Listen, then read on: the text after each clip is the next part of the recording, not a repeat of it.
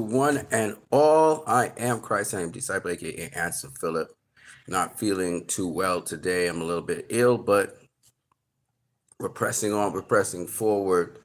I have a lot to talk about. That's mostly political. This is mostly going to be a political stream, but at the same time, we're going to start off first with Restore the Snyderverse, and we're going to talk a little bit about entertainment.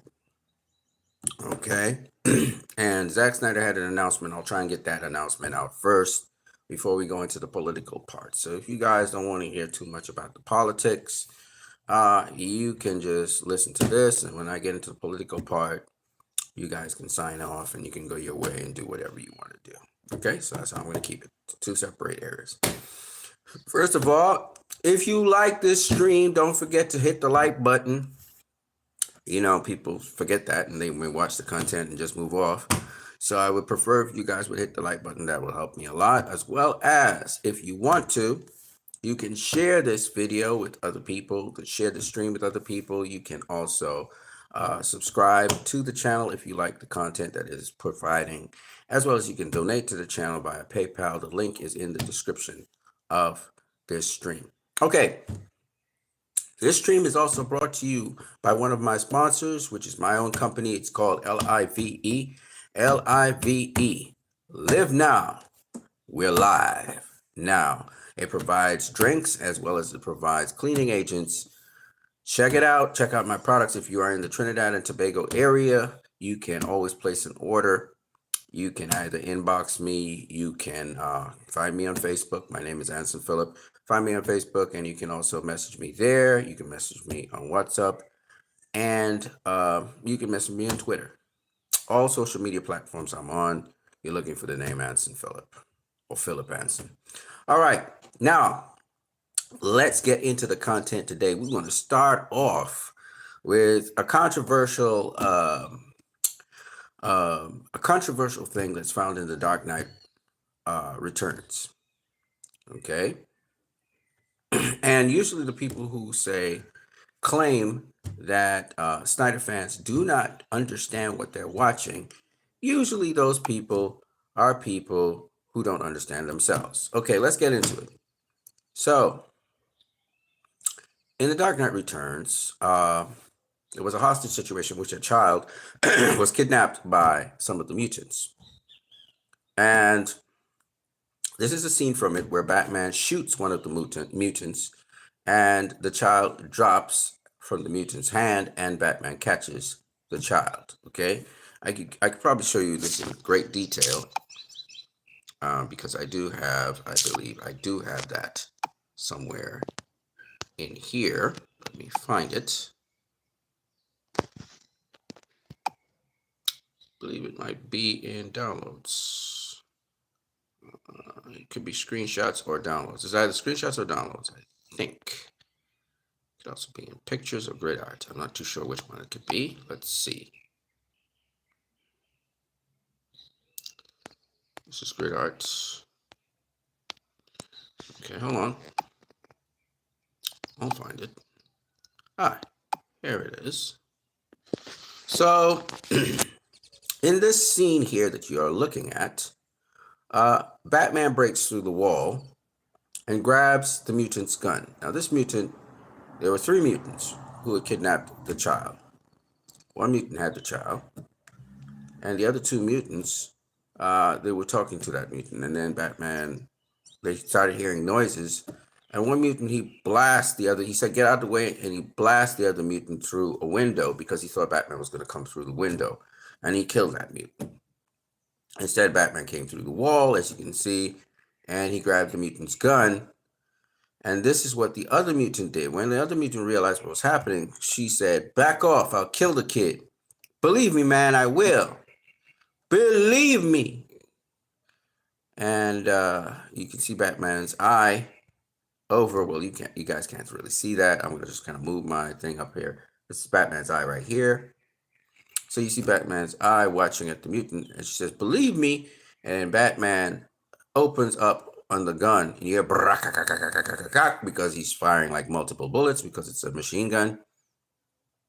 and some of those bullets clip the mutant that's behind the baby, and this is the scene right here that the guy blew up, and he caught the baby, and he held the baby, and then he says to the mutant that's lying on the ground, "I believe you." And then the commentary after that, which I'm going to kind of blow up here: a ruthless, monstrous vigilante striking at the foundations of our democracy, maliciously opposed to the principles that make ours the most noble nation in the world and kindness. So this particular commentator or reporter is saying this guy is just horrendous to our society. He's like the worst of our society. But the other reporter is saying, well, frankly, I'm surprised there aren't 100 of him around here. Thousands of people are fed up with the terror and stupid laws and social cowardice. He's the only one taking back what's ours. So he's a controversial figure, Batman, right? Okay, so this here is what this person is saying. Snyder fans have a fundamental misunderstanding on how to view comic book panels and lighting. So he's going to argue, and I've had this argument with several other several other fans, DC fans, that Batman shot the woman in her arm. Okay, now remember, this mutant is wearing pink. So the way how everything goes, it goes from pink to gray. Now, how I picture pink to gray: pink is when you have life in you, gray is when you're dead. You get what I'm saying? Now, mind you, it could also be the perception of Batman, because when we look at the final panels where Batman kills Joker, we realize that the bubbles, the speech bubbles, or the narration is Batman is narrating. Even when it looks like Joker is answering Batman, it's really Batman answering himself, right? So this may just be a perception that Batman has of the situation, which is very interesting. So some people believe that the mutant was shot in the shoulder. Oh, okay.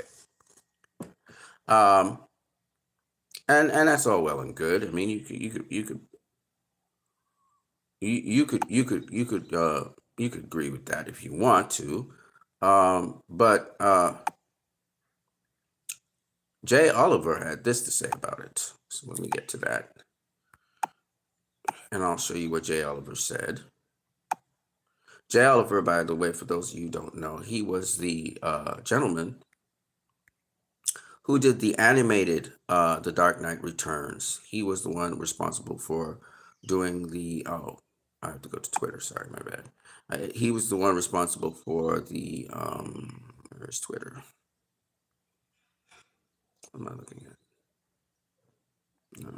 hold on a second here. Oh, there's Twitter right there. He's the one that actually directed the Dark Knight Returns animated feature. Jay Oliver, he says, my interpretation was that he shot the thug in the head. I notice the times Batman loses his shit is when children are involved. He won't break his rule, but if it would mean a child would be killed, then I think he'd make an exception. Remember, his parents died when he was a kid.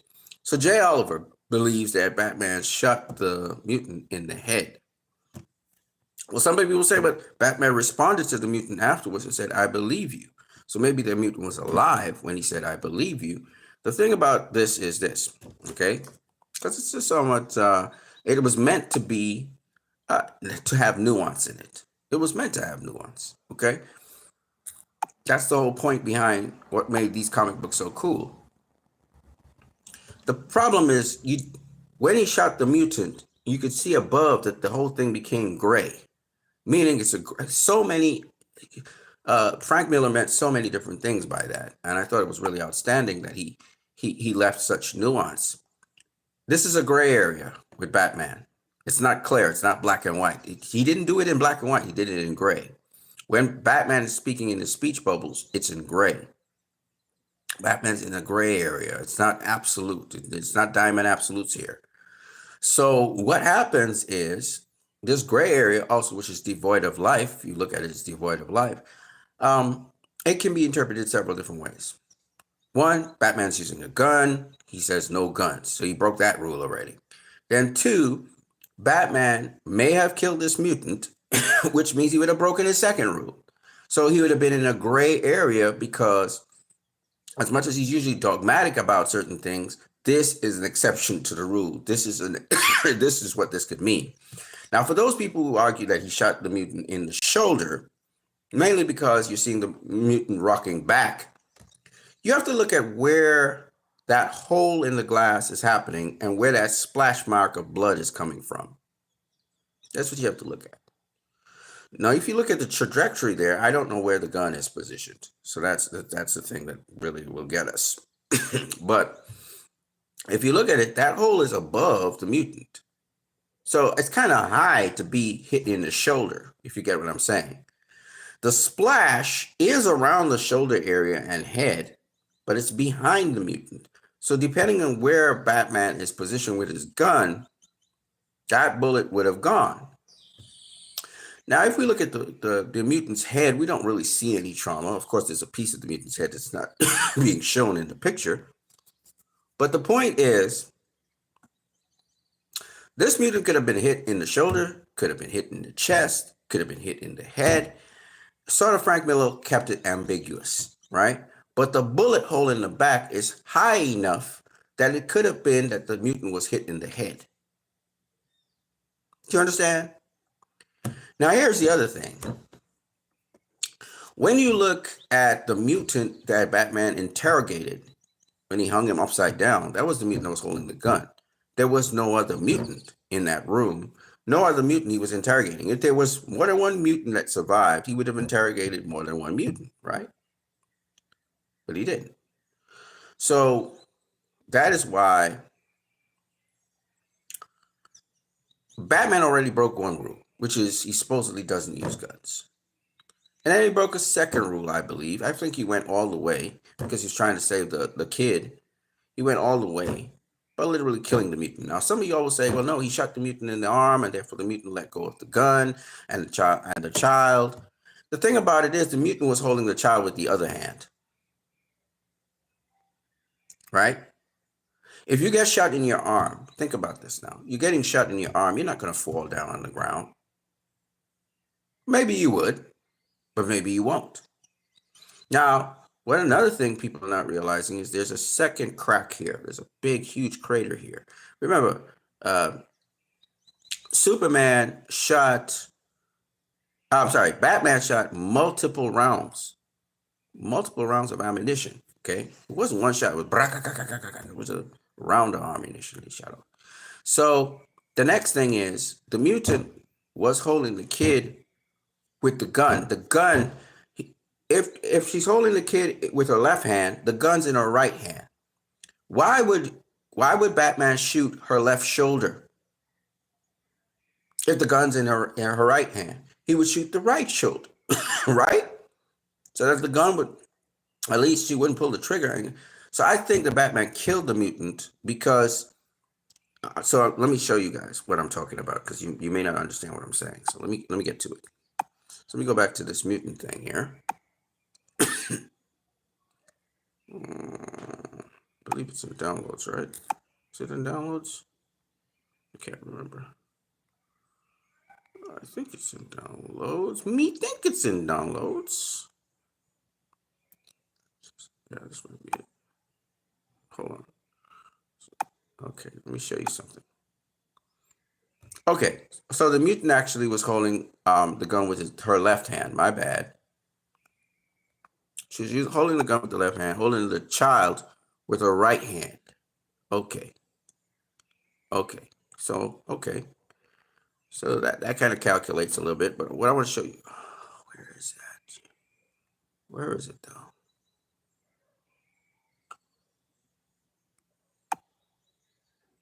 Hold on a second. Let me just, where would it be? In pictures? Oh, it's in pictures. Okay. So let me show you guys something. If she got shot in her right shoulder, which makes sense, she may drop the gun. She might drop the gun. She may pull the trigger. Okay. It's possible she could have pulled the trigger. Here she's holding the child here. Why would she drop the child with the other hand?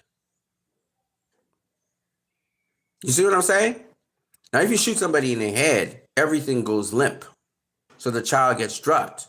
If you shoot somebody in the shoulder, if I get shot in the shoulder, I get shot in my right shoulder, my right shoulder. Yeah, my right shoulder. Because this is in reverse. This is a mirror image. Right? I'm holding a gun. I'm there. If I get shot in my left shoulder, she's using a left hand. Yeah, I might drop the gun. I might even fall backwards because it's a powerful rifle that's firing these multiple rounds. But the problem with it is, will I drop the child? You're catching me off guard, yes.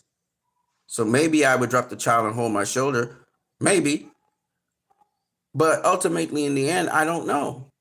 But if you got shot in the head, everything's going to go limp because your neuronal synapses are going to stop firing. You're dead. If you get shot in the shoulder, your synapses are still firing. So she may still clutch onto the child and fall down, or she may drop the gun, or she may fire the gun off. So shooting somebody in the shoulder is not a guarantee that they won't fire but if you shoot them in the center, the CPU, and you shut everything down, it's less likely they will shoot the kid, it will kill anybody, etc. Because remember, this is a moment where she's got the hand on the trigger, she's threatening to kill the kid, and she really is going to carry it out, and he believes her.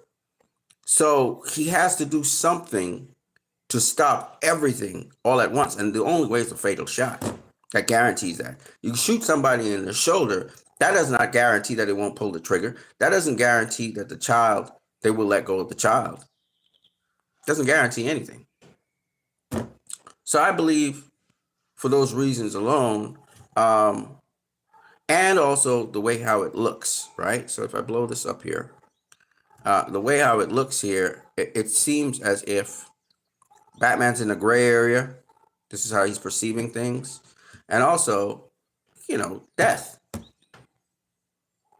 They actually took the life. I think a lot of the Batman fans try to force Batman to keep his rule in almost every single situation. It's not that he doesn't want to keep his rule. It's not that he doesn't try to keep his rule. It's just that certain situations, he has to make an exception to his rule. More or less, Batman carries out his rule, right? More or less. Batman doesn't kill people left, right, and center. He's not the Punisher.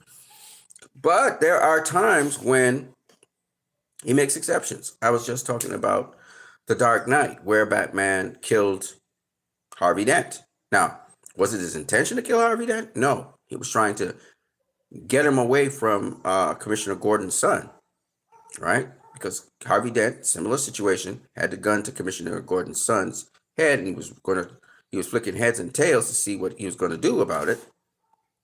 And Batman jumped him and knocked him off the building, and they both tumbled down to the ground, and Harvey Dent landed on his head, and he died, and Batman didn't. That happens. The no killing rule is ridiculous. The no murder rule, now that's a real thing. But the no killing rule, that's ridiculous. Right? You can't stop yourself from killing somebody given certain situations. Situations happens. People die. You're not planning to kill them, but it happens. And sometimes you have to make the quick choice between the life of the person who's the hostage and the killer, and you have to and the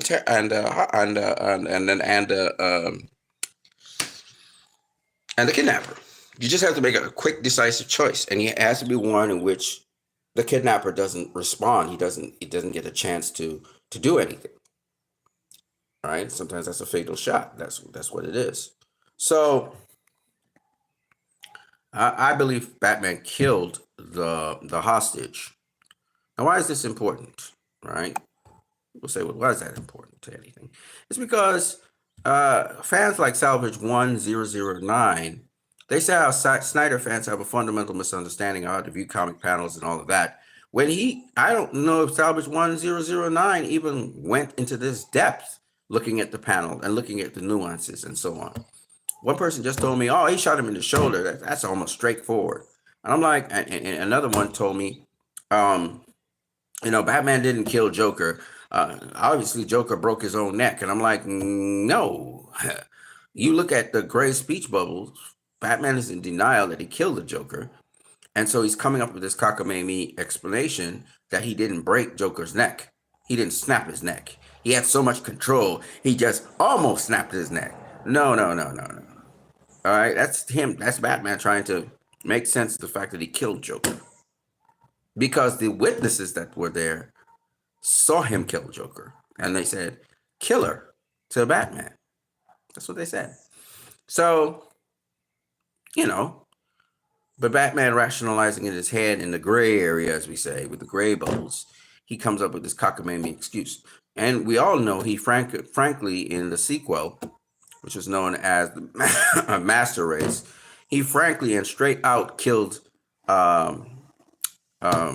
Dick Grayson, who had turned evil, and he was mutated, and he was actually a kind of form of Joker, and then we saw he was the form of Robin, and Batman killed him, let him fall into a deep pit of lava, and Superman bailed out Batman. Batman was going to die with him, but Superman bailed out Batman and got him out of there. Okay, so Batman kills. When he has to, he will. Superman kills. But Superman, like I said before, the gradation of the scale is like this. Wonder Woman's the most likely to kill. Batman's less likely to kill. And Superman's even less likely to kill. Superman doesn't even like violence, period. Superman prefers to talk and negotiate out a situation than resort to violence. Superman's probably the least likely to commit acts of violence out of the Trinity. And this is something that we've talked about multiple times. It doesn't mean that Superman is going to completely not kill anyone. It's not realistic. It just isn't. And I know James Gunn is trying to push for that in his movies, but it's not very realistic.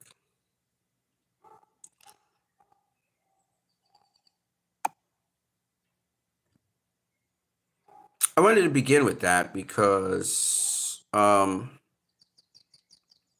next thing I want to talk to you guys about is Warner Bros. Discovery splitting in half. We already knew about that. The studio was split into two different companies, one for streaming, one for the studio to make movies.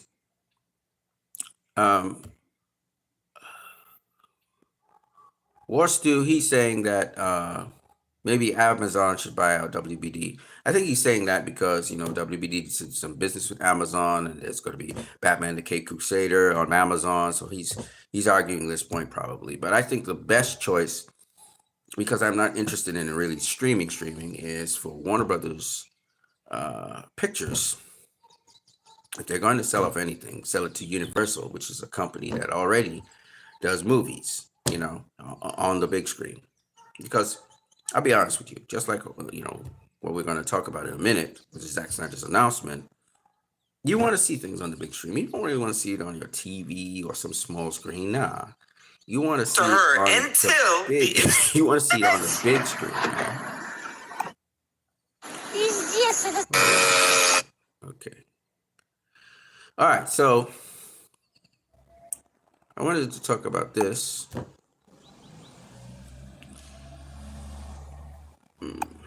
So, Home of DCU, which I don't really follow, that's why it's blocked, said DC fans gathered outside Union Terminal earlier today, hoping to catch a glimpse of some of the stars of Superman. All right, and you got the Superman logo from James Gunn's thing. So, one guy, Michael Kagwa, says, why people, Snyder fans, particularly, again, they just keep on attacking us. Why people or Snyder fans say there's no hype for this movie? You got five fans out there watching it. So I kind of laughed about that. Yeah, all 5 of them will make DC thrive. Holy shit, all 5 of them, and so on, so on, so on. So basically what I'm saying is there's no buzz for DC right now. There just isn't any buzz for DC. Even when Michael Kawaga tries to create some kind of buzz. Now, mind you, 1.1 thousand people, viewed this. So good for them. You know what I mean? And liked it. All right. But, here's the point. Nobody says it, and this is the point at the end of the day. It's funny how 5 people is enough to reboot a franchise, but sold out movie theaters for Zack Snyder's charity events weren't enough for you to support Zack. Y'all stay hypocritical. I would say, not just y'all, but Warner Brothers Discovery. Okay. You're interested in investing in something that is proven over the last 5 years to flop movies. The movies flop.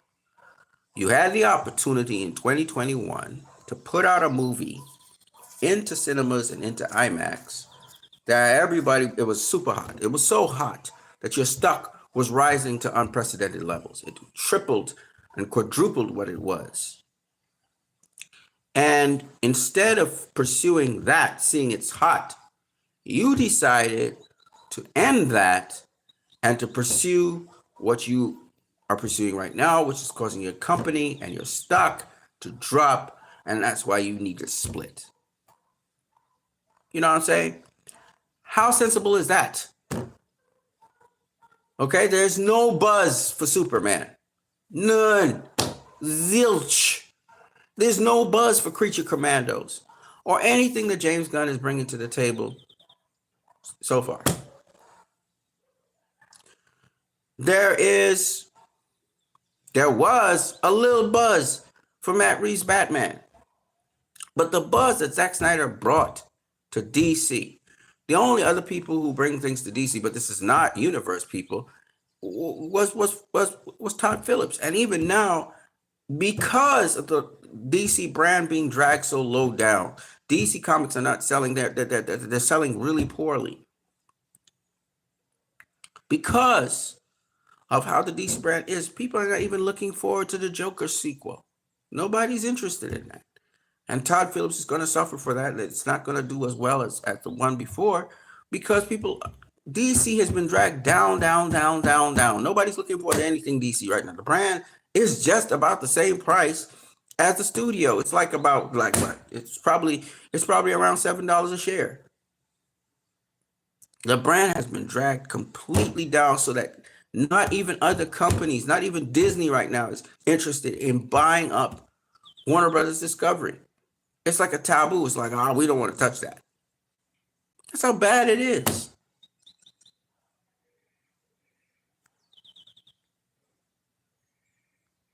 So, the solution, restore the Snyderverse. Bring back Zack Snyder. Man. All right, so let's do the Zack Snyder announcement now. And look, 2K likes. 2K likes. And this is Hollywood handled. This is not even the main thing. Anyway, Zack Snyder's Rebel Moon is getting a spin-off through a podcast. The title is The Senec Child, which takes place 500 years before the events of the film. It stars Ella Purnell, Naveen Andrews, Alfred Enoch, Peter Serafinux, and Jason Isaacs. And it's about the Jimmies. It's about their origins, how they came to be, how they deal with the king, etc. And that's going to be a podcast that takes place. They didn't say the date. I guess we're going to get to there in a second.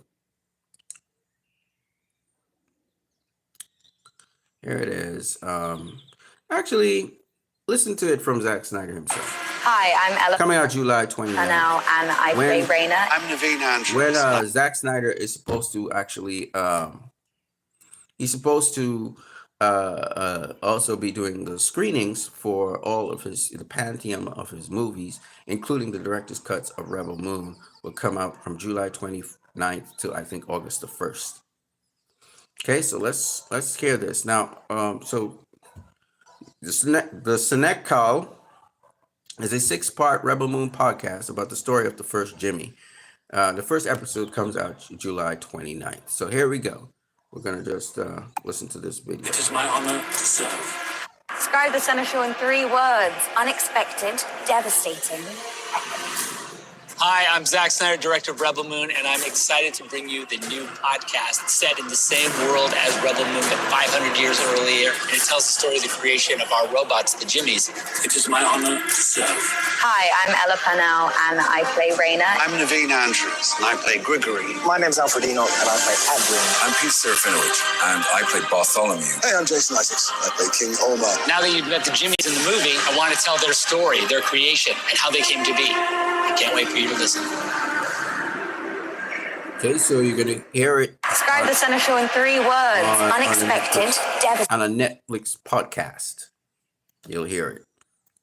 That's the big announcement. So we got it like a prequel to one of the prequels to Rebel Moon. So we've had prequels to Rebel Moon in terms of the line of the line of the Blood Axes, which is a comic book, and I haven't looked at those comic books yet. But as soon as once I watch the director's cuts, I'm trying to acquire all those other things. So the first episode comes out July 29th, and he has a link right there. I believe it has to do with, I believe the podcast is on Netflix. I hope it is. Let's see. Oh no, that would be bad. I can't actually watch this on Spotify. If it's on Spotify, I can't watch it. Oh, that's some bullshit. Hold on. I didn't say that. That's terrible.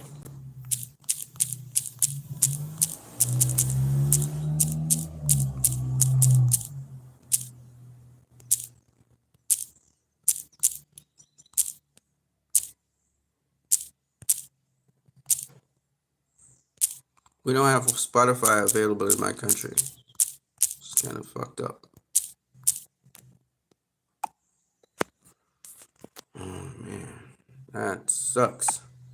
Anyways, that was the big announcement, and I really want to see it. I really want to access it. So we'll see how that goes down. I also have to get the comics with the Blood Axes to see their story. I was kind of waiting for. So this is the big report from Zack Snyder.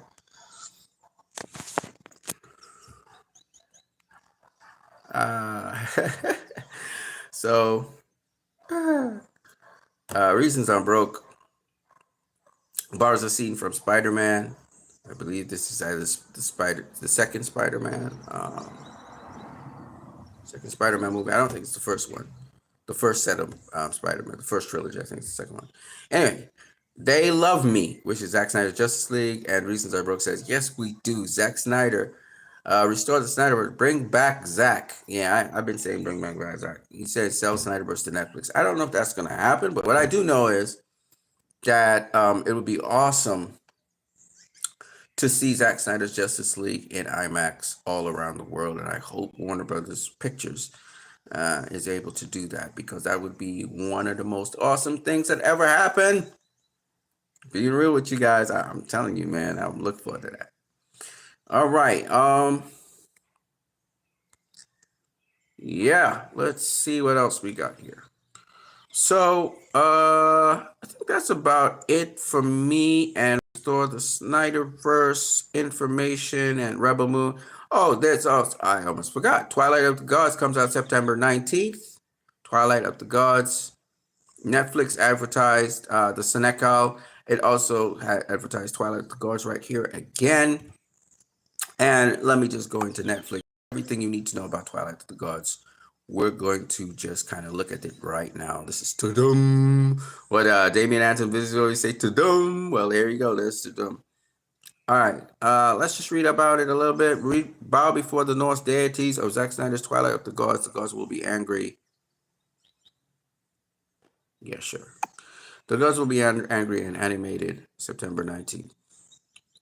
We mere mortals will be graced with a gift forged in the heavens this September. Mythology, animation, and the creator and executive producer Zack Snyder, Rebel Moon.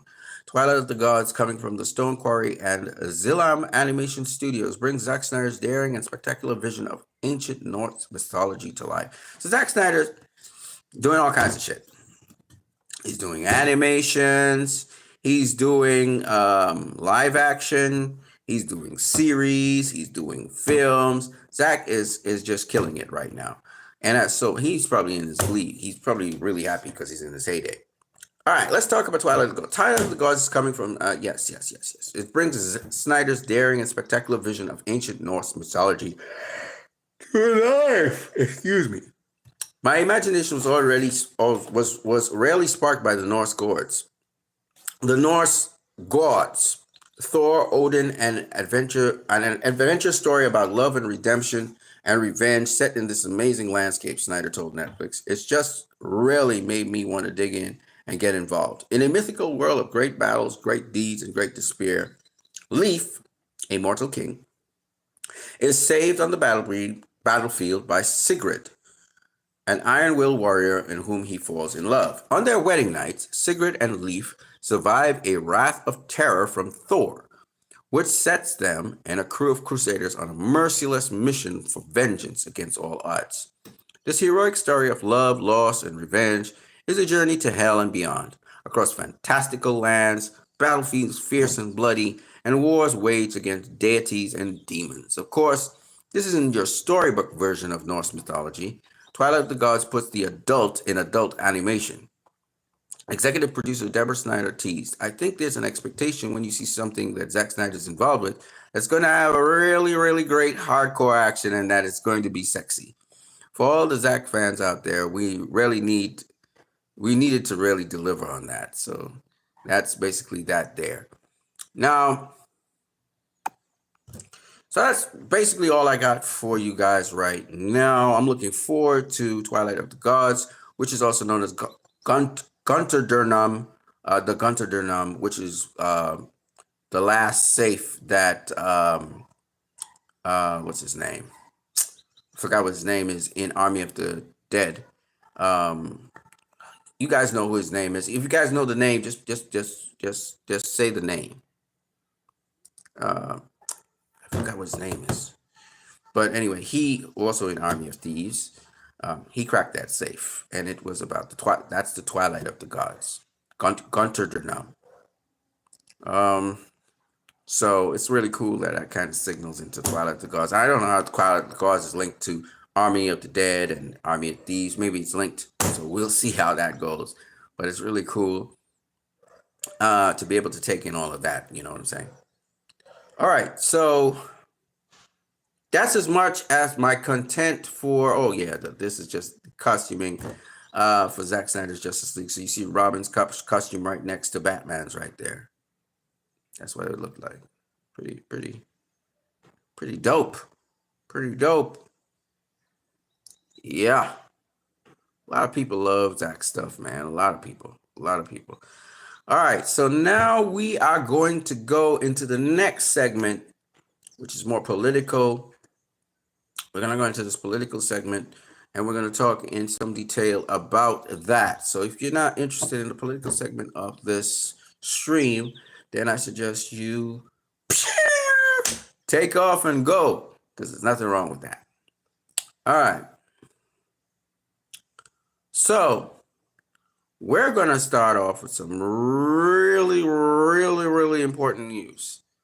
First set of news has to do with the ICJ's ruling on Israel. So in a 14-1 decision, The Hague has ruled, this is the ICJ, that Israel must immediately stop new settlements and remove all settlers from the Palestinian territory. But there's much more to this than that. So let me go find the official ICJ stuff that I can find here. Okay. So this is the International Court of Justice.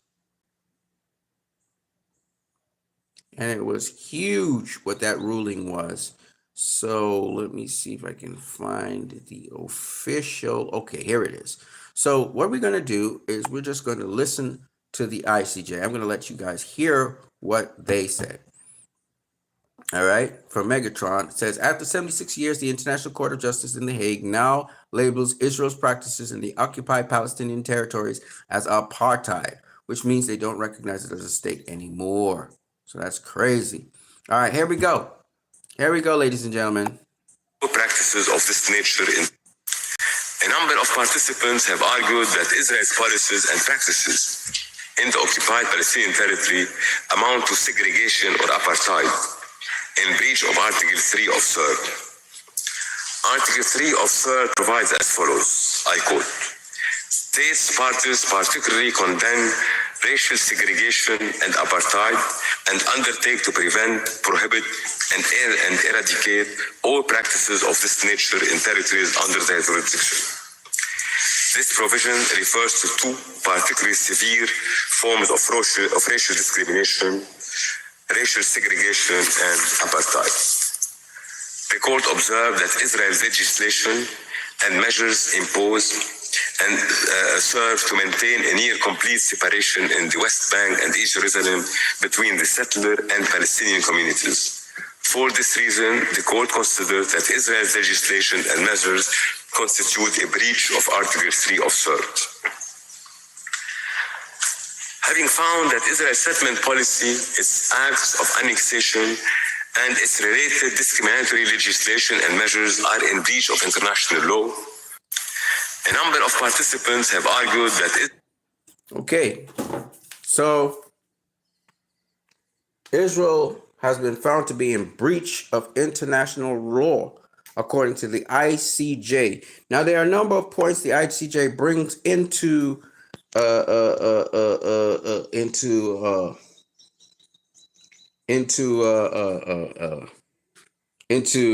play. So I want to see if I can find that for you guys very quickly here, because we have a lot to cover, people. Okay. So the ICJ's ruling. First of all, here's just a brief extract of the ICJ's advisory opinion. And this is what it says here. In 270, it says, restitution includes Israel's obligation to return the land and other immovable property, as well as all assets seized from any natural or legal person since its occupation started in 1967, and all cultural property and assets taken from the Palestinians and Palestinian institutions, including archives and documents. It also requires the evacuation of all settlers from existing settlements and the dismantling of the parts of the wall constructed by Israel that are situated in the occupied Palestinian territory, as well as allowing all Palestinians displaced during the occupation to return to their original place of residence. That is mind-boggling. This is historic what is happening. The International Court of Justice has just made a ruling 14-1 in which they almost unanimously believe that Israel is an apartheid state, which makes it not an official state. It's not a democratic state, that's for sure. And secondly, that the ICJ has not only said it's an apartheid state, but that it needs to, the areas occupied, they need to leave the occupied areas, the settlers and everyone. They need to also do restitution to all the former inhabitants of that area that were removed from the area, and they must be allowed to return to the given areas, and they must also be compensated for the many years that they were inconvenienced by being removed from those areas. So it's really crazy. And this has happened in the West Bank, it's happened in Jerusalem, and it's happening now in Gaza, which is incredible. This is an incredible ruling, and it made the Washington Post, it made news worldwide. It was something that could not be contained. Now, let me give you the full text. The full text is on the ICJ.org site. Let me see if I can get it. Okay, we're going to it right now.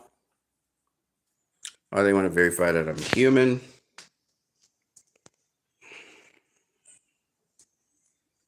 Okay, so this is the actual thing. I can't go through everything here. You guys can check my Twitter for it.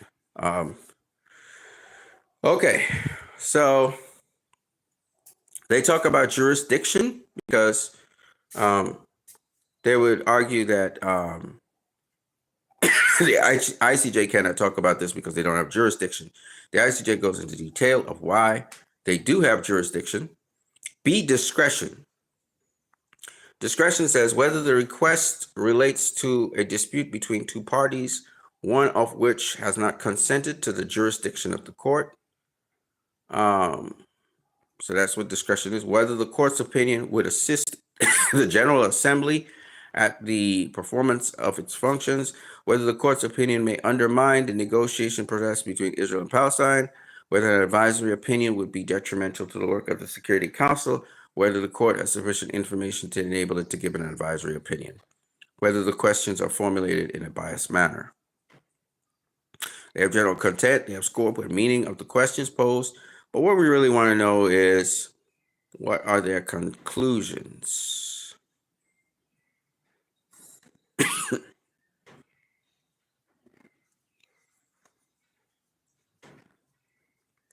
So here, what you really want to look at is, excuse me, effects of Israel's policies and practices on the legal status of the occupation. And you want to look at the legal consequences arising from Israel's policies and practices and from the illegality of Israel's continued presence in the occupied Palestinian territories. So A, legal consequences for Israel, B, legal consequences for other states, and C, legal consequences for the United Nations. So you're really looking at section 7, section 6 and 7 on this. And they posed legal consequences for other states that have enabled Israel in this. They also spoke about legal consequences for Israel, which you just heard one of them. And there are also legal consequences for the United Nations. So let's go down there just for a minute and spend some time on that.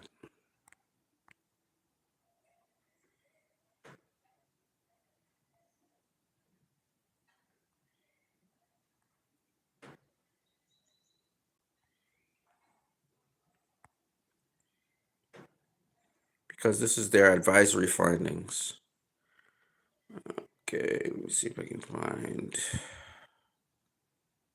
that there.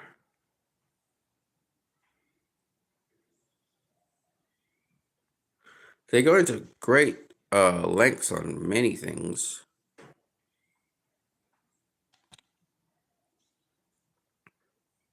I'm looking for 260 something. Okay.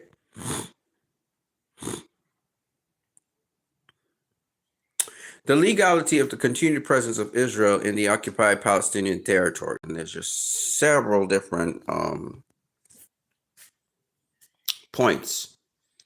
Many of the participants in the present proceedings have argued that Israel's occupation is illegal because its policies and practices have effected changes in the territory and its demographic composition, which have a permanent character.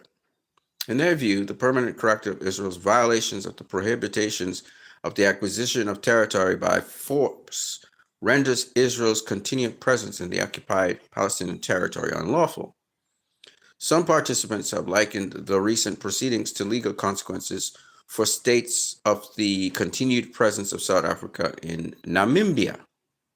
These participants have argued that if South Africa's continued presence could be found to be illegal due to its violation of the applicable rules and principles of general international law and the Charter of the United Nations, so too may Israel's occupation by reason of its violation of the same rules and principles. So it seems as though South Africa used to occupy Namibia, and it no longer does.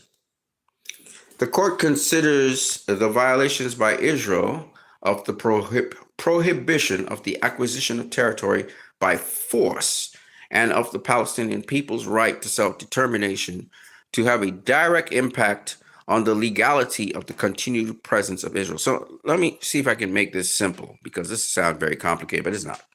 What they're saying is, if you occupy a territory, you're not supposed to do it permanently.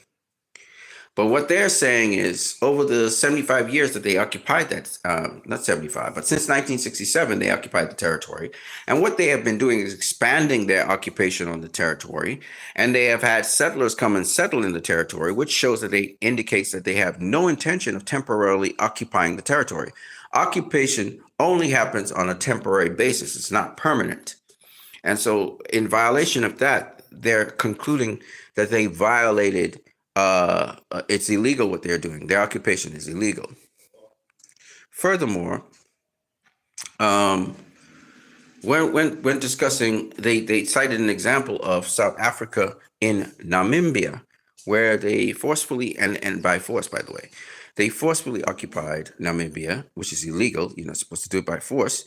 And secondly, they were permanently occupying Namibia. So those two grounds are what the ICJ are listening to, because this is the claims by South Africa and their proponents who are arguing that this makes it illegal. Point number 262 says, this illegality relates to the entirety of the Palestinian territory occupied by Israel in 1967. This is the territorial unit across which Israel has imposed policies and practices to fragment and frustrate the ability of the Palestinian people to exercise its right to self-determination, and over large swaths of which it has extended Israel's sovereignty in violation of international law. The entirety of the occupied Palestinian territory is a territory in relation to which the Palestinian people should be able to exercise their right to self-determination, the integrity of which must be respected.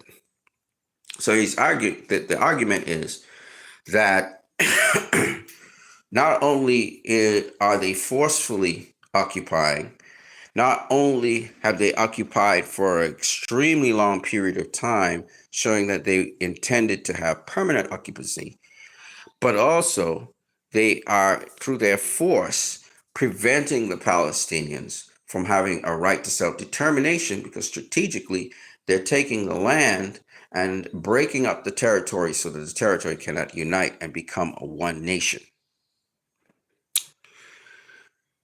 Point 263 says, these participants have contended that agreements between Israel and Palestine, including the Oslo Accords, recognize Israel's right to maintain its presence in the occupied Palestinian territory inter alia in order to meet its security needs and obligations. The court observes that these accords did not permit Israel to annex parts of the occupied Palestinian territory in order to meet its security needs, nor do they authorize Israel to maintain a permanent presence in the occupied Palestinian territory for such security needs. So they're going on to talk about a legal document called the Oslo Accords, in which Israel was occupying the Palestinian territories, but it was for the security of the territory at the time, as it was transitioning into its own, what should I say, to come into its own. And as a result of that, they didn't do that. What they did instead was, according to this, the Oslo Accords did not authorize, excuse me, I'm looking at, there's a cockroach around, that's why. It did not authorize, where am I? Yes, the Oslo Accords did not authorize Israel to maintain a permanent presence in the occupied territory. So once again, just re-emphasizing the fact that the Oslo Accords did not breach any law. It was supposed to be a temporary occupation, whereas, that Israel could claim, oh, well, it was supposed to be a permanent occupation because of the Oslo Accords. They can't prove that because the Oslo Accords did not state that. The court emphasizes that the conclusion of Israel's continued presence in the occupied territory is illegal. The court emphasizes that the conclusion that Israel's continued presence in the occupied Palestinian territory is illegal does not release it from its obligations and responsibilities under international law, particularly the law of occupation towards the Palestinian population and towards other states in respect of the exercise of its powers in relation to the territory until such time as its presence is brought to an end. It is the effective control of a territory, regardless of its legal status under international law, which determines the basis of the responsibility of a state for its acts affecting the population of the territory or other states. In other words, what he's saying is, all right, so you are in breach of international law, but you still are obligated as an occupier to supply certain needs to the occupants until they can take care of their needs. In other words, while you must withdraw the settlers and the people who are illegal elements of the occupation, you are not to withdraw the services such as supplying water, food, the essentials, because you occupy the territory, to the people of Palestine.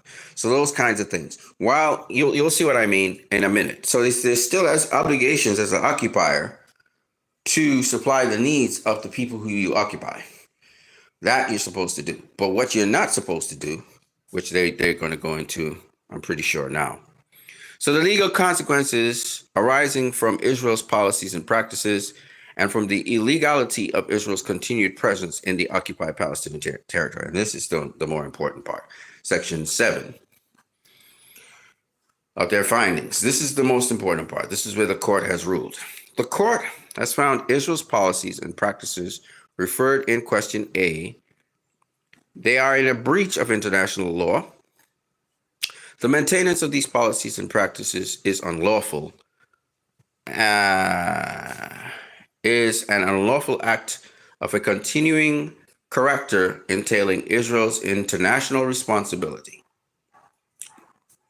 The court has also found, in reply to the first part of question B, that the continued presence of Israel in the occupied Palestinian territory is illegal.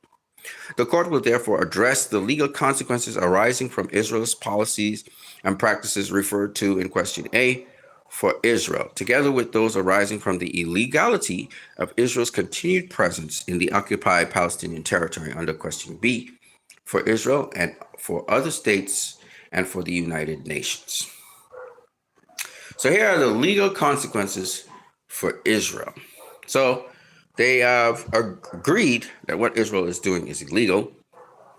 They have agreed that it still has its obligation as an occupier to make sure and maintain not just the security, but also the well-being of the territory. Okay, now they're coming to legal consequences for Israel.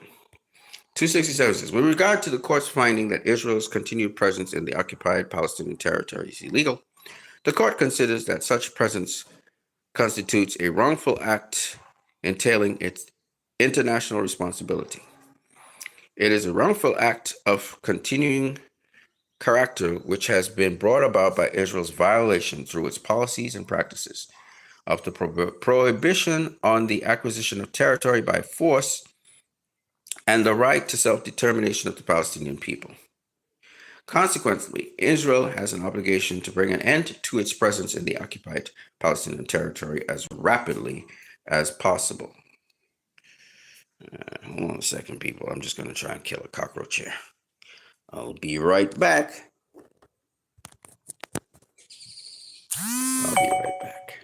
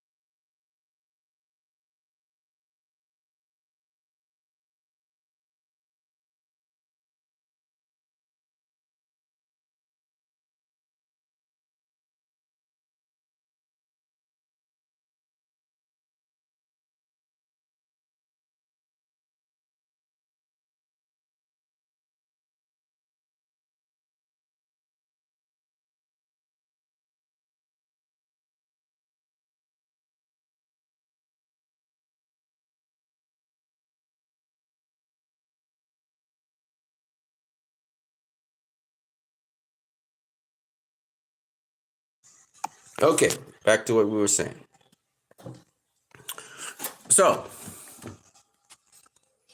the court found that Israel as an occupier was illegally occupying Palestine because of its wrongful continuance of character, meaning it was taking territory by force and stopping the people in Palestine from a right to self-determination. Consequently, Israel has an obligation to bring to an end its presence in the occupied Palestinian territory as rapidly as possible. As the court confirmed in its Wall Advisory opinion, the obligation of a state responsible for an internationally wrongful act to put to an end that act is well established in general international law.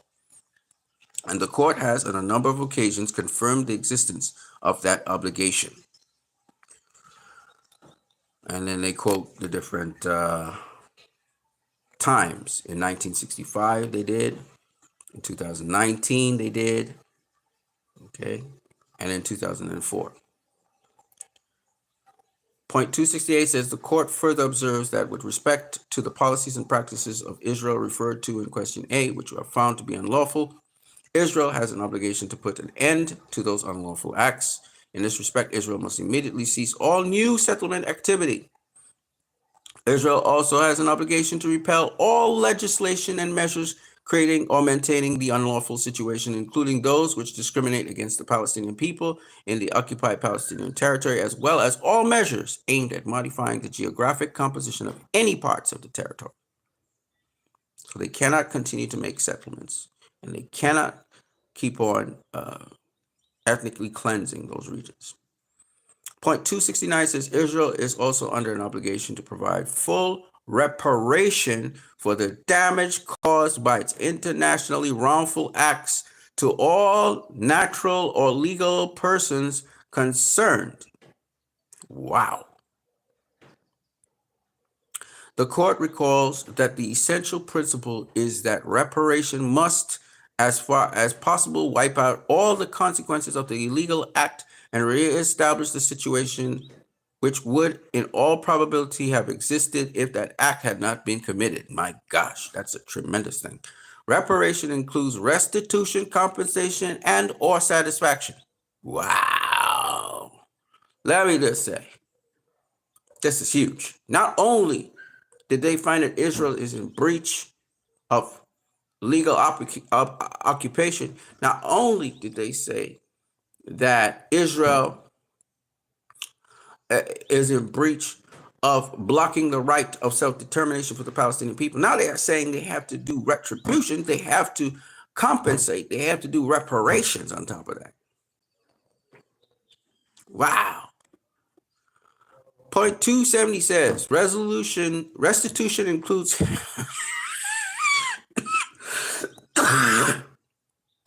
excuse me.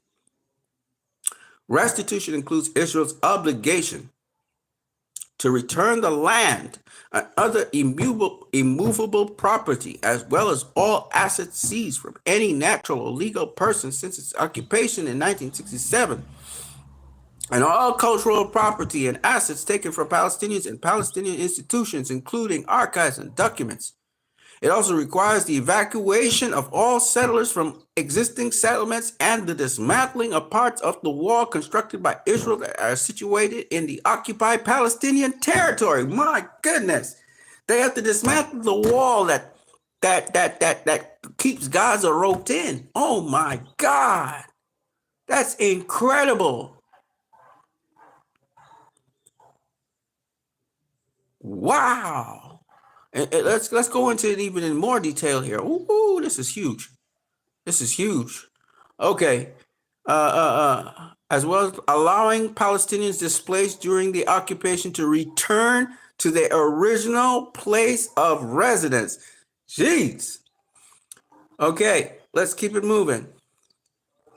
Point 271. In the event that such restitution should prove to be materially impossible, Israel has an obligation to compensate in accordance with the applicable rules of international law all natural or legal persons and populations where they may be the case, having suffered any form of material damage as a result of Israel's wrongful acts under the occupation. 272. The court emphasizes the obligation flowing from Israel's internationally wrongful acts do not release it from its continuing duty to perform the international obligations which its conduct is in breach of. Specifically, Israel remains bound to comply with its obligations to respect the right of Palestinian people to self-determination and its obligation under international humanitarian and international human rights law. Wow.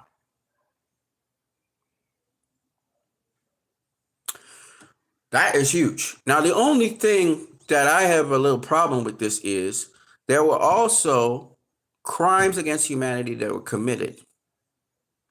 People were killed. People were wrongfully imprisoned. And I would think that the court should have had some sort of ruling on that so as to liberate, free, expunge these people. Otherwise, Israel could carry these people back into Israel as captives, even though they have committed no wrongful acts, or they've committed misdemeanors. So that's a very important point that's missing from this, I believe, this advisory and this verdict by the International Criminal Court, which they should probably look into. Legal consequences for other states. The court will now turn to the legal consequences of Israel's internationally wrongful acts in the occupied Palestinian territory as regards to other states. The court observes that the obligations violated by Israel, including certain obligations erga omnes, excuse me, as the court indicated in the Barcelona traction case, such obligations are by their very nature the concern of all states. And in view of the importance of the rights involved, all states can be held to have legal interest in their protection. Among the obligations erga omnes violated by Israel are the obligation to respect the right of the Palestinian people to self-determination and the obligation arising from the prohibition of the use of force to acquire territory, as well as certain of its obligations under international humanitarian law and international human rights law. With regard to the right to self-determination, the court considers that while it is for the General Assembly and the Security Council to pronounce on the modalities required to ensure an end of Israel's illegal presence in the occupied Palestinian territory and the full realization of the right of the Palestinian people to self-determination, all states must cooperate with the United Nations to put the modalities into effect. As recalled in the Declaration of Principles of the International Law concerning friendly relations and cooperation among states in accordance with the Charter of the United Nations.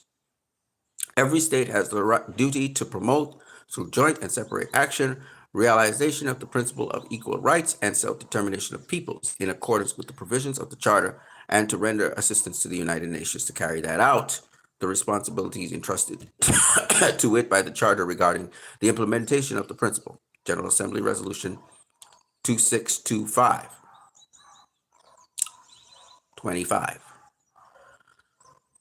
276. As regards the prohibition of the acquisition of territory by force, the court notes that the Security Council has declared on several occasions in relation to the occupied Palestinian territory the inadmissibility of the acquisition of territory by force, and has determined that all measures taken by Israel to change the physical nature, demographic composition, institutional structure, or status of the Palestinian and other Arab territories occupied since 1967, including Jerusalem, or any part thereof, have no legal validity. Wow. Security Council Resolution 465 in 1980.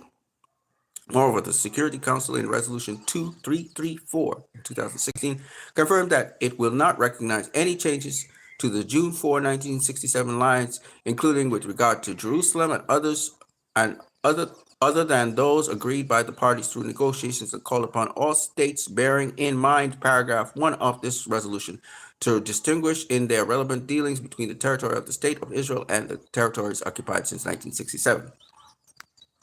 Point 277 says, similarly, the General Assembly has called upon all states not to recognize any changes to the pre-1967 borders, including with regards to Jerusalem, and other than those agreed by the parties through negotiations, including ensuring the agreement with Israel do not imply recognition of Israeli sovereignty over the territories occupied by Israel in 1967. To distinguish in their relevant dealings between the territory of the State of Israel and the territories occupied since 1967, not to render aid or assistance to illegal settlement activities, including not to provide Israel with any assistance to be used specifically in connection with the settlements in the occupied territories, in line with Security Resolution 465 of March of 1980. To respect and ensure respect for international law in all circumstances, including the measures of accountability consistent with international law. In the resolution 77126, the General Assembly also calls upon all states, consistent with their obligation under international law and the relevant resolutions, not to recognize, not to render aid or assistance in maintaining the situation created by the measures that are illegal under international law, including those aimed at advancing annexation of the occupied Palestinian territory, including East Jerusalem and other Arab territories occupied by Israel since 1967.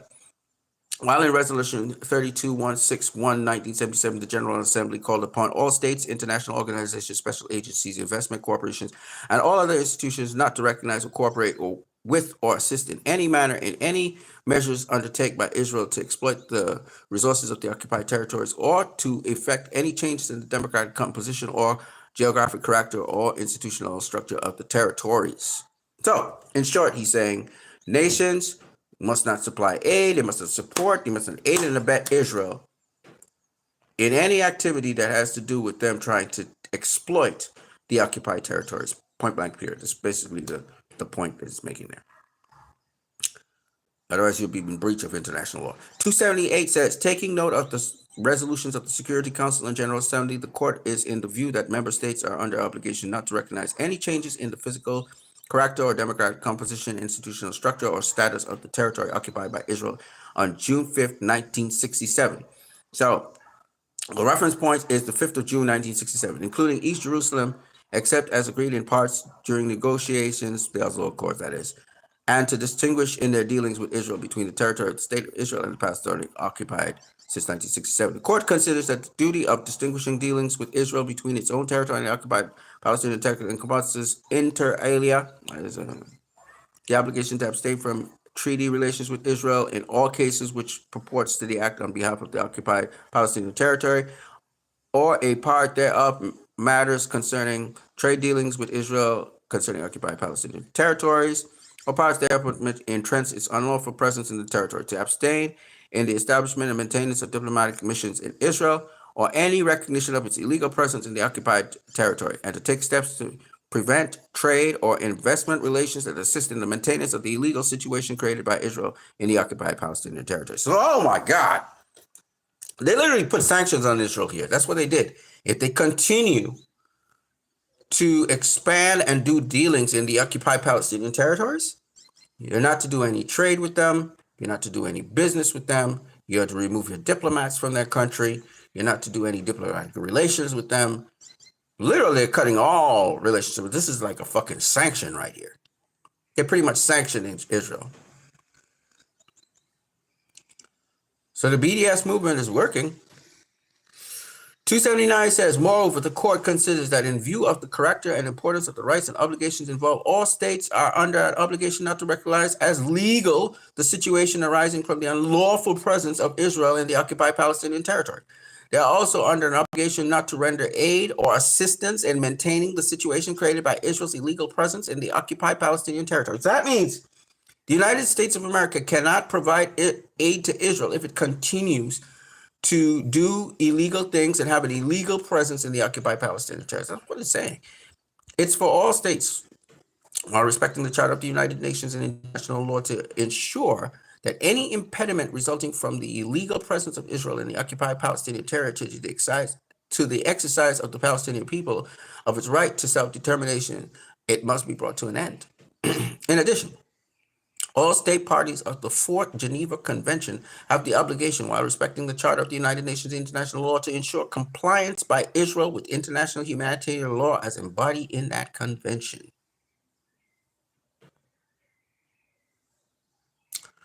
And here is the third and final part. So, particularly the countries of Germany, United States of America, the UK, India, and some other Western European countries. Most of them are withdrawing their support from Israel. They're withdrawing their dealings with Israel. But particularly those countries I just mentioned, UK, Germany, England, France, and America. They're going to be under extreme pressure to cut diplomatic ties with Israel if it continues down the line it is presently going on.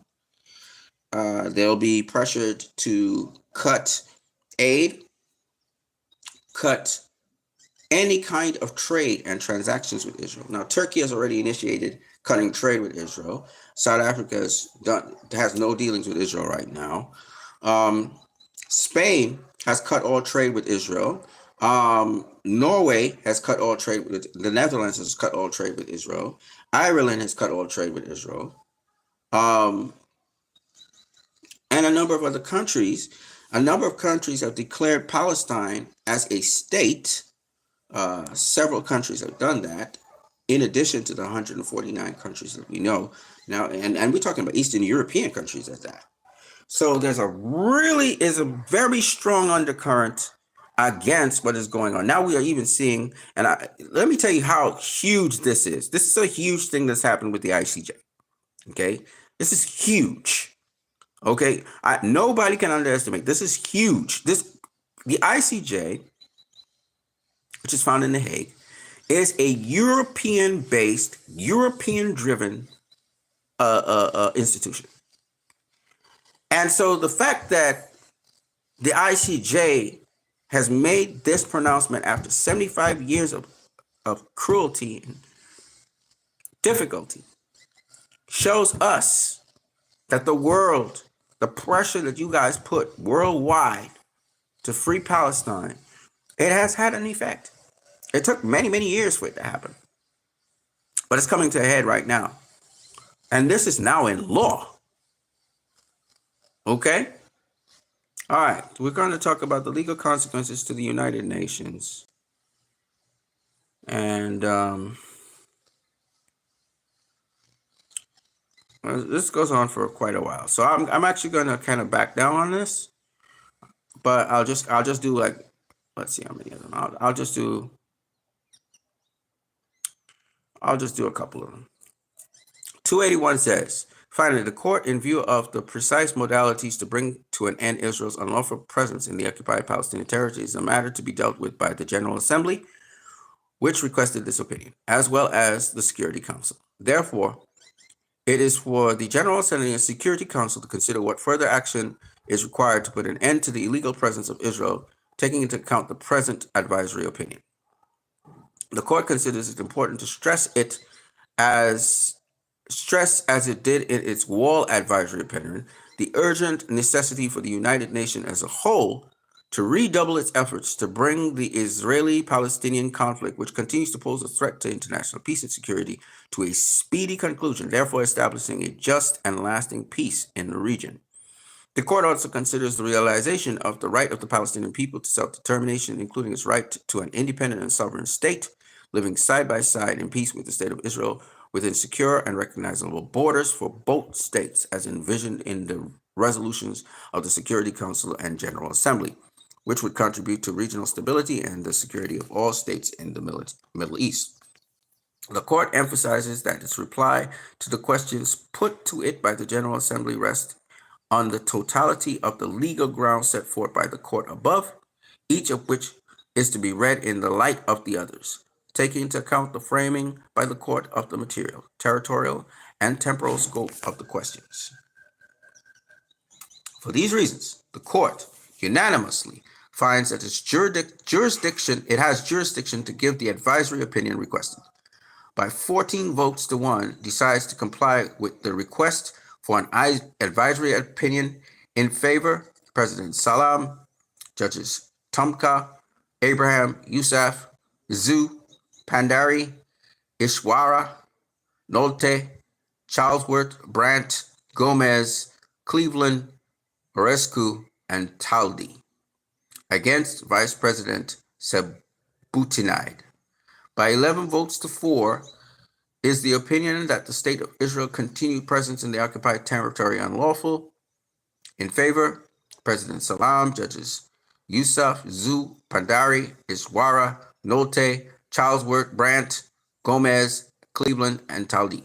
Against, Vice President Sabute, Judges Tomka, Abraham, and Arescu. By 11 votes to 4, is the opinion that the state of Israel is under obligation to bring to an end its unlawful presence in the occupied Palestinian territory as rapidly as possible. In favor, Salam, President Salam, Judges Yusuf, Zu, Pandari, Iswara, Nolte, Charlesworth, Brandt, Gomez, Cleveland, and Taldi. Vice President Sabunte was against.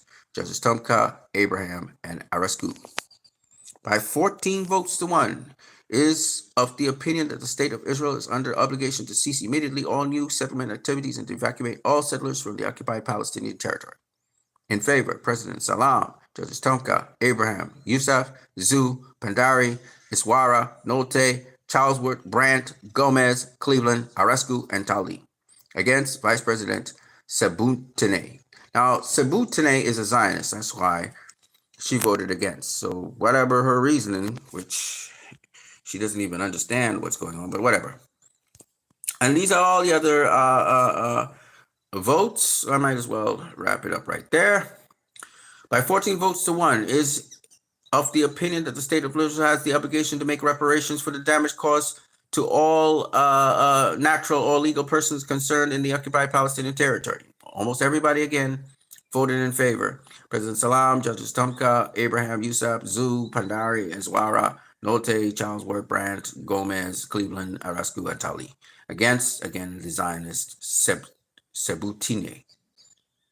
By 12 votes to 3, is it the opinion that all states are under obligation not to recognize the legal situation arising from the unlawful presence of the state of Israel in the occupied Palestinian territory and not to render aid or assistance in maintaining the situation created by the continued presence of the state of Israel in the occupied Palestinian territory? In favor, President Salam, Tunka, Usab, Zu, Pandari, Iswara, Nolte, Charlesworth, Brandt, Gomez, Cleveland, and Taldi.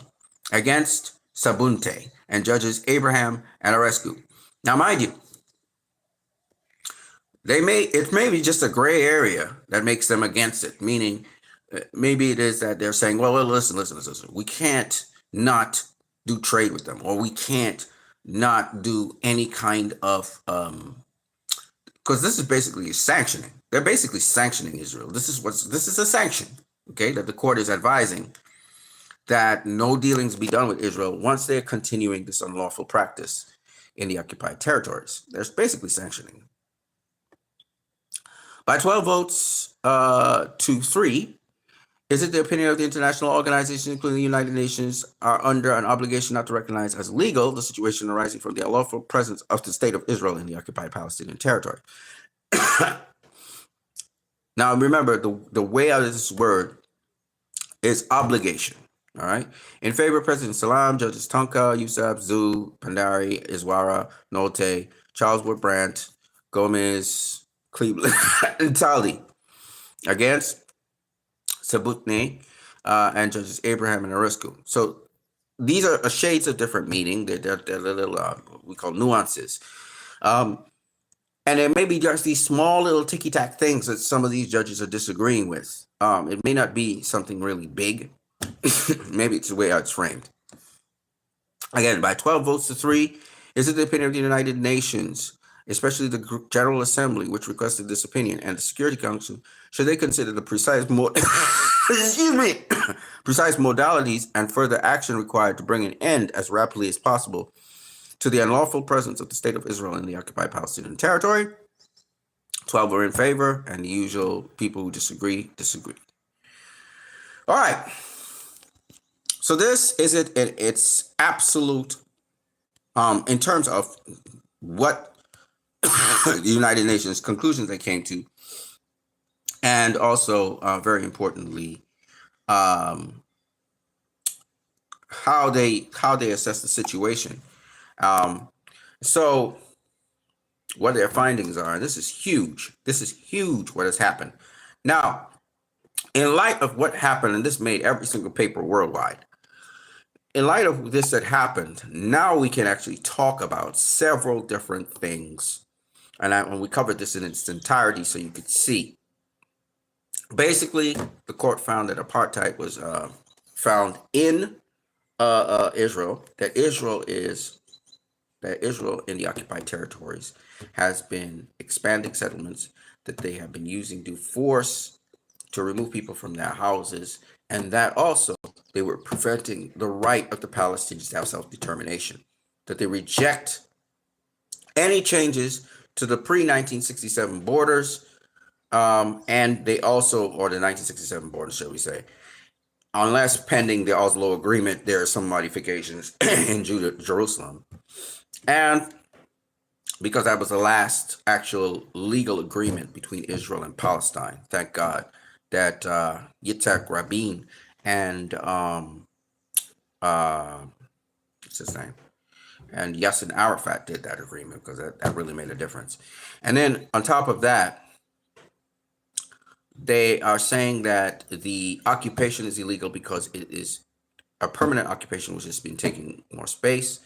And they said it was illegal also on the grounds that they were using force to keep the people from returning to the land. The findings by the International Court of Justice were that reparations had to be happened, and the people need to return to their land, they need to be compensated, etc.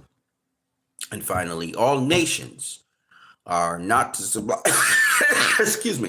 are not to supply aid to Israel to finance anything that is associated with these illegal occupations. They also said that they need to remove the wall between Gaza and Israel that they put there, and the walls that hold in people in the concentration camp. This is a tremendous ruling. I can't tell you how tremendous this ruling is. And this changes everything. This changes everything. Everything. Okay? Now,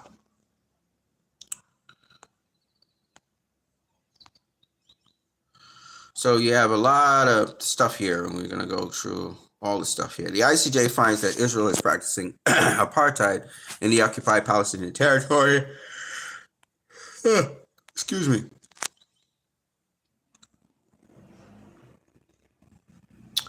Oh, there's so many laws here. Muhammad's mystery says, Israel killed my relative, his wife, his children, entire family, Gaza. Oh, we have so much to talk about. We have so much to talk about. But first, so in light of that, okay, in light of that, let's get into some stuff. Breaking news. The White House has considered imposing sanctions on Israeli ministers Ben-Gvir and Smotrich. Why? In light of what the ICJ said, Ben-Gvir and Smotrich, who's the, I believe he's the Minister of Housing and Development, they have passed laws that allow settlers to illegally take lands. They have armed settlers to take lands, both in the West Bank, East Jerusalem, and now in Gaza. So the White House is considering imposing sanctions on Israeli ministers Ben-Gvir and Smotrich. Mind you, what the International Criminal Court basically said to nations is that they basically advised sanctioning Israel. Now, what the General Assembly and the Security Council will do, we don't know. That's what the court recommended. In lieu of this, we now see the White House bending to the will of the International Court of Justice. Mind you, the International Criminal Court as well is issuing warrants for Gallant and for Netanyahu. So the international pressure is on an all-time high. Now, I believe Congress tried to issue some sort of sanction on the International Court. The International Court is rolling forward. The UK tried to block the International Criminal Court issuing these warrants. They were unsuccessful. Germany had tried to block the International Criminal Court from issuing the warrants. They were also unsuccessful. So the pressure now, the international pressure on the United States of America, who is trying to unilaterally sanction the international try to stop the International Criminal Court. It's not happening. For once, the International Criminal Court and the ICJ are the dominant courts in the world's dealings, and not America, not Germany, not Britain, not France. No one unilateral nation can come up against that court and win. And they're realizing that now. So there's a shift in power all of a sudden in the world scene. And now we see America conforming to international law, which is good. They're looking to impose sanctions. Minister Ben-Gvir and Smotrich, who are, Ben-Gvir is a convicted criminal. He's a terrorist. What's this guy doing? So now that's one fallout of this. And I'm going to tell you, this is not even the beginning of what's about to happen. But okay, next, I want you guys to remember Aaron Bushell, who lit himself on fire, saying that he would no longer, as a soldier, be complicit in genocide. He took a very extreme measure, sacrificed his life for the cause of seeing Palestine free. And he lit himself on fire to symbolize what is happening to American morality, what is happening to the Palestinians, all in one breath. And it was horrific to watch. And he gave his life for it because his moral conscience was so convicted that he felt like the Americans were hugely responsible for funding and doing this evil. And you know what's amazing to me is to watch all the Western powers, the leaders of the Western powers at least, sell their souls and literally try to encourage genocide. And it makes me wonder if that's the same thing that happened in Western Europe when Germany was killing the Jews. That was a sentiment of all of Western Europe. I wouldn't be surprised they were enabling Hitler in doing these acts, and then they pulled away as if, oh, we don't have nothing to do with that. That's atrocious. It wouldn't be surprising because you had to have an environment which would favor something like that happening and continuing on the level that it did. And I would not be surprised if some Zionist Jews were happy that this was happening in Germany.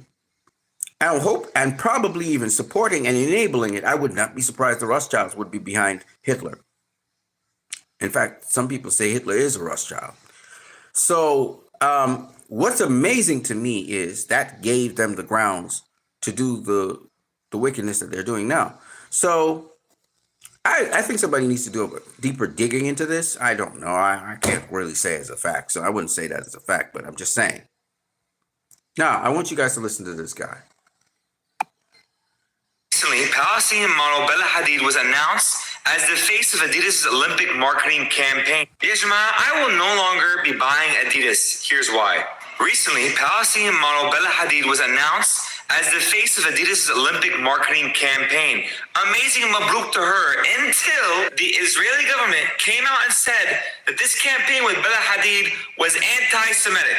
So Adidas, in return, has apologized and pulled the advertisement. First of all, Bella Hadid had nothing to do with what happened in 1972. Why? She wasn't born yet, okay? Second of all, I want to remind everyone that Adidas was founded by people who were Nazis. They were Nazis. Adidas literally turned their factories during World War II into munition factories for the Nazi party. So if the Israeli government wants to have beef, you should have beef with the entire organization of Adidas, not Bella Hadid. Let me make this as clear as fat dripping down shawarma. The only reason that this ad was taken down with Bella Hadid is because she is Palestinian. No other reason. Adidas, astaghfirullah, I'm not buying anymore. Sorry. Yeah. Okay, so that's pretty cool. I'm glad he said that. Jason Hinkle, he's a right-wing guy, but he really fights for Palestinian and people. And he may be pro-Trump. I don't know if he's pro-Trump anymore because of Trump's stance on the Palestinian situation. But I would tell you this, Jason Hinkle is a guy that gets his facts in a row, and I really like him. I don't care that he's Republican. I don't even care if he's a Trumpian. He's talking truth. He said, breaking in a 14-1 decision, The Hague has ruled that Israel must immediately stop new settlements and remove all settlers from the Palestinian territory. That's just one of several things, as you guys know. Fundamentally, there's reparations, there's a lot of things. So, yeah. Okay, now, this happened a while ago, but nonetheless, I'm still going to, I probably covered this before, or maybe I didn't. I don't know. I can't remember. But Tel Aviv was bombed by a drone, okay? This guy, Daniel Hakikatu, I botched up your name, Daniel. He said all civilians should relocate to a safe zone in Europe. Well, trust me, I think about half a million, excuse me, 500,000 Israelis have already left Israel. So you're not really saying anything new, actually. Okay, so that's the drone they're flying in, and then it blows up near a building. There you go. And came from the seaside, and what sounded like a Yugoslavian lady, who was in Israel. I don't know if she's Jewish or what. She expressed alarm about it. You guys can hear it right now. Пиздец, это... Ты видишь, дрон летит. Крестюш, ты видишь, что это такое? Блядь! Пиздец, это... Okay, so I don't know if she's Yugoslavian or if she's Russian. She's talking a kind of Slavic kind of language. She's not talking Hebrew. So I'm just kind of crazy. So Israel's not safer for it. And by the way, that drone came from Yemen. That's right. The Yemenis, the Houthis blew up, and somebody died there. Okay, there it is right here. The settler who the Israeli police said was killed in Yemeni drone attack on Tel Aviv served as a sniper in the Israeli army. So it was a soldier that got killed. And this soldier, I don't know much about him. He seems to be wearing a Nike sign. Is that a Nike or is that Adidas? That's a Nike. Yeah, he has a Nike sign there. And he was a sniper in the Israeli army. I don't know if he was a good person or a bad person. I can't really say. Tel Aviv tends to be a very left-wingish people. There's a lot to say about Tel Aviv. So it's kind of sad that Tel Aviv is getting attacked instead of, say, East Jerusalem or someplace like that. But probably East Jerusalem's more protected or whatever. But I don't really know the guy personally, so I wouldn't make any statements about him. But I would say that snipers have a bad reputation when it comes to the Israeli army. We call them the Israeli occupying force, IOF. We don't call them the Israeli Defense Force anymore.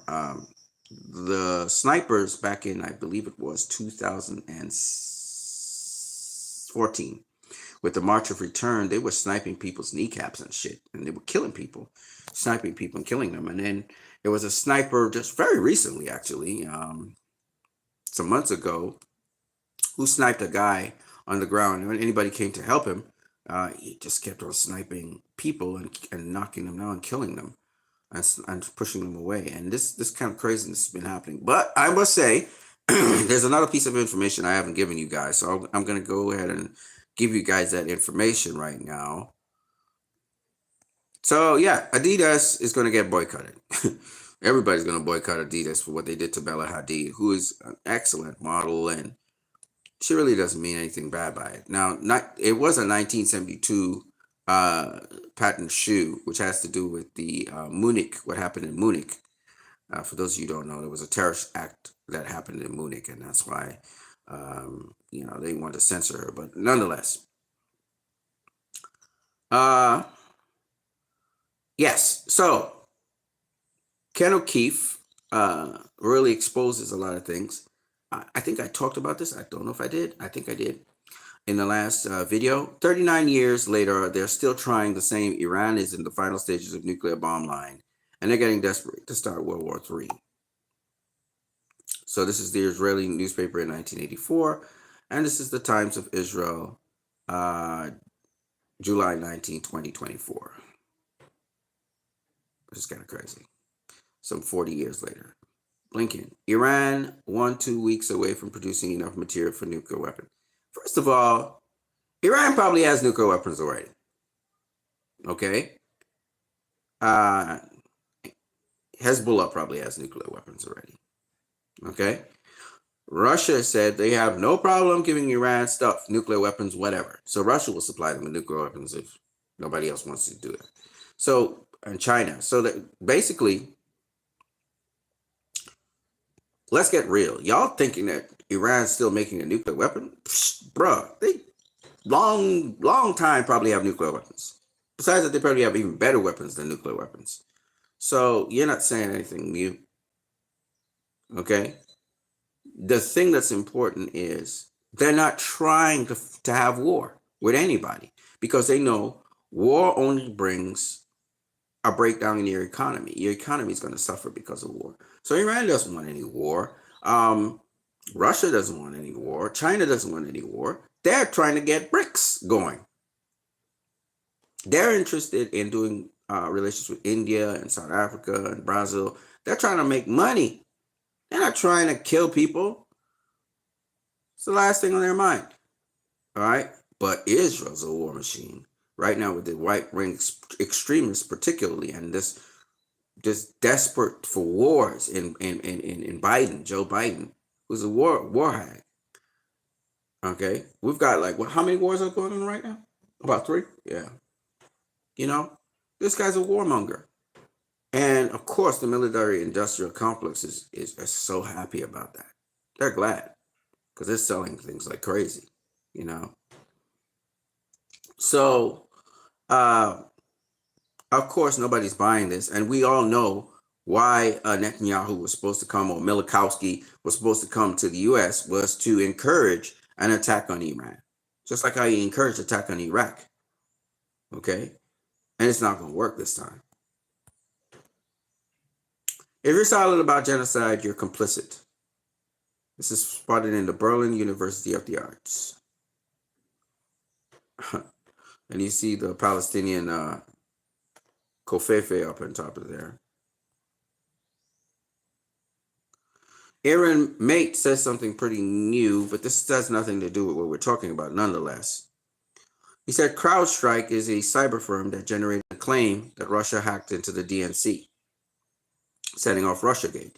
Even though CrowdStrike was working for the Clinton campaign, the FBI relied on it rather than independently investigating the hacked DNC servers. It only emerged 4 years later that CrowdStrike had no evidence of Russia hacking the Clinton campaign CrowdStrike, and Mueller had all concealed this. They even gave false statements to Congress about it. Since then, CrowdStrike has grown into such a powerful force that it today is responsible for a global outage that has disrupted air travel and banking. So what happened with Microsoft is because of CrowdStrike.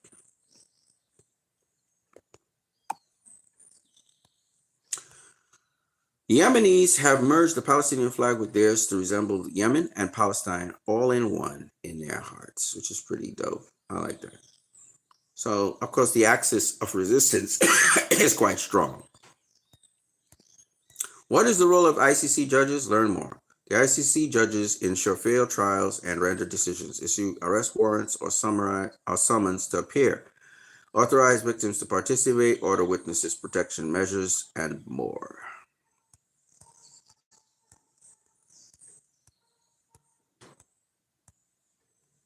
Okay, so you should go onto YouTube. I don't want to get a copyright strike.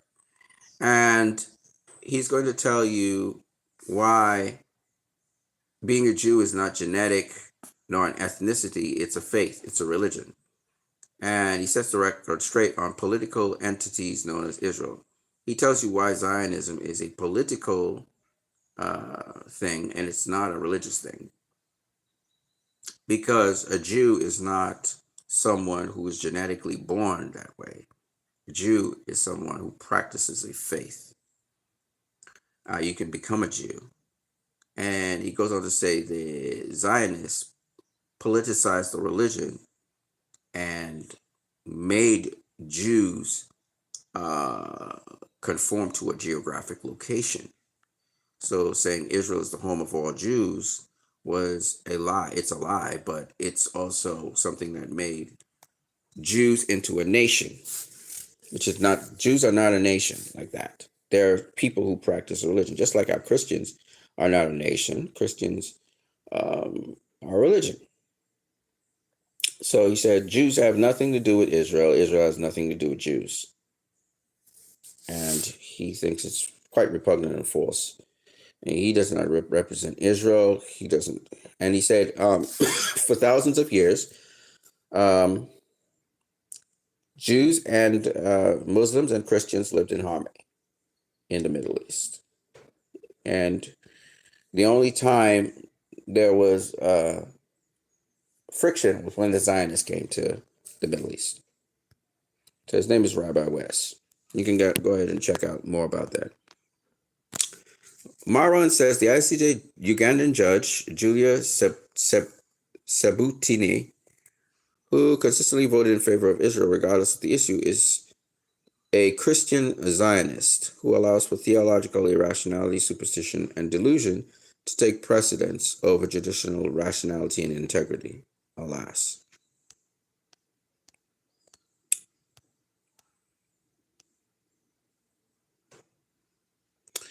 And this is just the horrendous things happening in Gaza.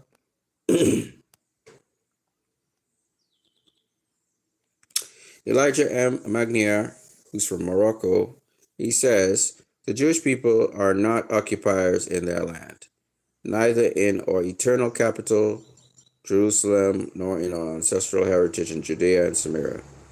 No false ICJ decisions in The Hague can distort this historical truth or undermine the legality of Israeli settlements.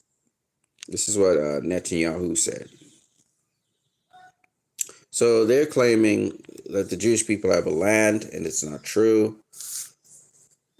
The Jewish people are people who practice a religion, which is called Judaism, and they are not geologically specifically defined anymore. All Israelis are from Europe, yet they claim Palestine as their homeland. Benjamin Netanyahu, as you can see here, he's from Poland. Isaac Herzog, he's from Ireland and Eastern Europe. Guav Galant is from Poland. Yair Lapid is from Serbia. Benny Gantz is from Hungary and Romania. Mark Regev is from Australia and Germany. Hold on a second. Chipley Utvi, she's from Georgia. And Gilead Herdan, he's from Romania.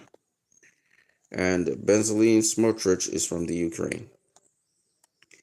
So these people, their nationalities are actually from other countries. Now, I'm not saying that they were they may be first generation Israelis, but their parents came from other countries. In other words, people who are claiming Israel is their land come from other lands. And the whole thing behind Zionism is, oh, we're Jews. Our real homeland is Israel, which is in the Middle East. But you actually live in some other country. So this is why they say Israel is the land of the Jews, but it's not the land of the Jews. It's not. Once upon a time, Jews used to be there. It's not the land of the Jews. That's a lie. And Jews still were there, actually. Actually, in Palestine, there were a lot of Jews in Palestine. About 1% of the population was Jewish. And there are Jews in Morocco. There are Jews in Iran. There are Jews in Iraq. There are Jews in Jordan. There are Jews in Palestine, in the occupied territories. They are not Jews. I mean, they're not Jews, but they're Christians and Muslims, but their parents practiced the Jewish faith. So their parents were Jews. Okay? To be a Jew, you have to practice the faith of Judaism. Jew is not through genetics, and Jew is not no longer through through identity with a land. That long since is gone since Jerusalem fell. Okay, so that's why Zionism is not it's not a real thing. It's just a politicalization of a place so that people could go there and establish their kingdom. But it doesn't make any sense because you could be a citizen of Israel and still not have the privileges of Jews of Israel. So it doesn't make any sense. It's not really a real country. It's not anything real. They try to say all Islamic countries have Islam, like you have the Islamic Republic of Iran.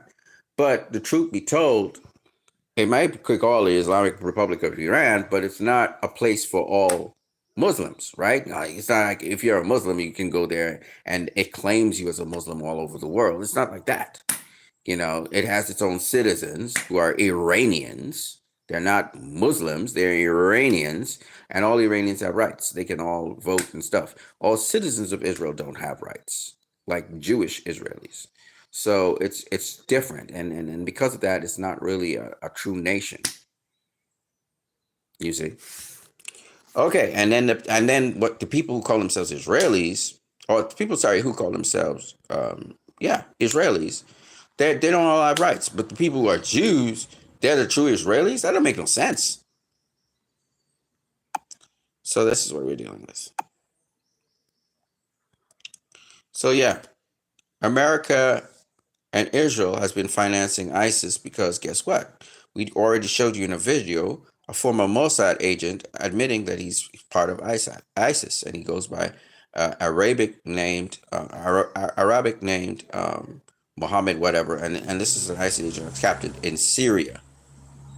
So ISIS holding the world hostage. It was actually Israel and America was behind ISIS. So it's kind of crazy. In 1956, they were already decapitating babies. Israel.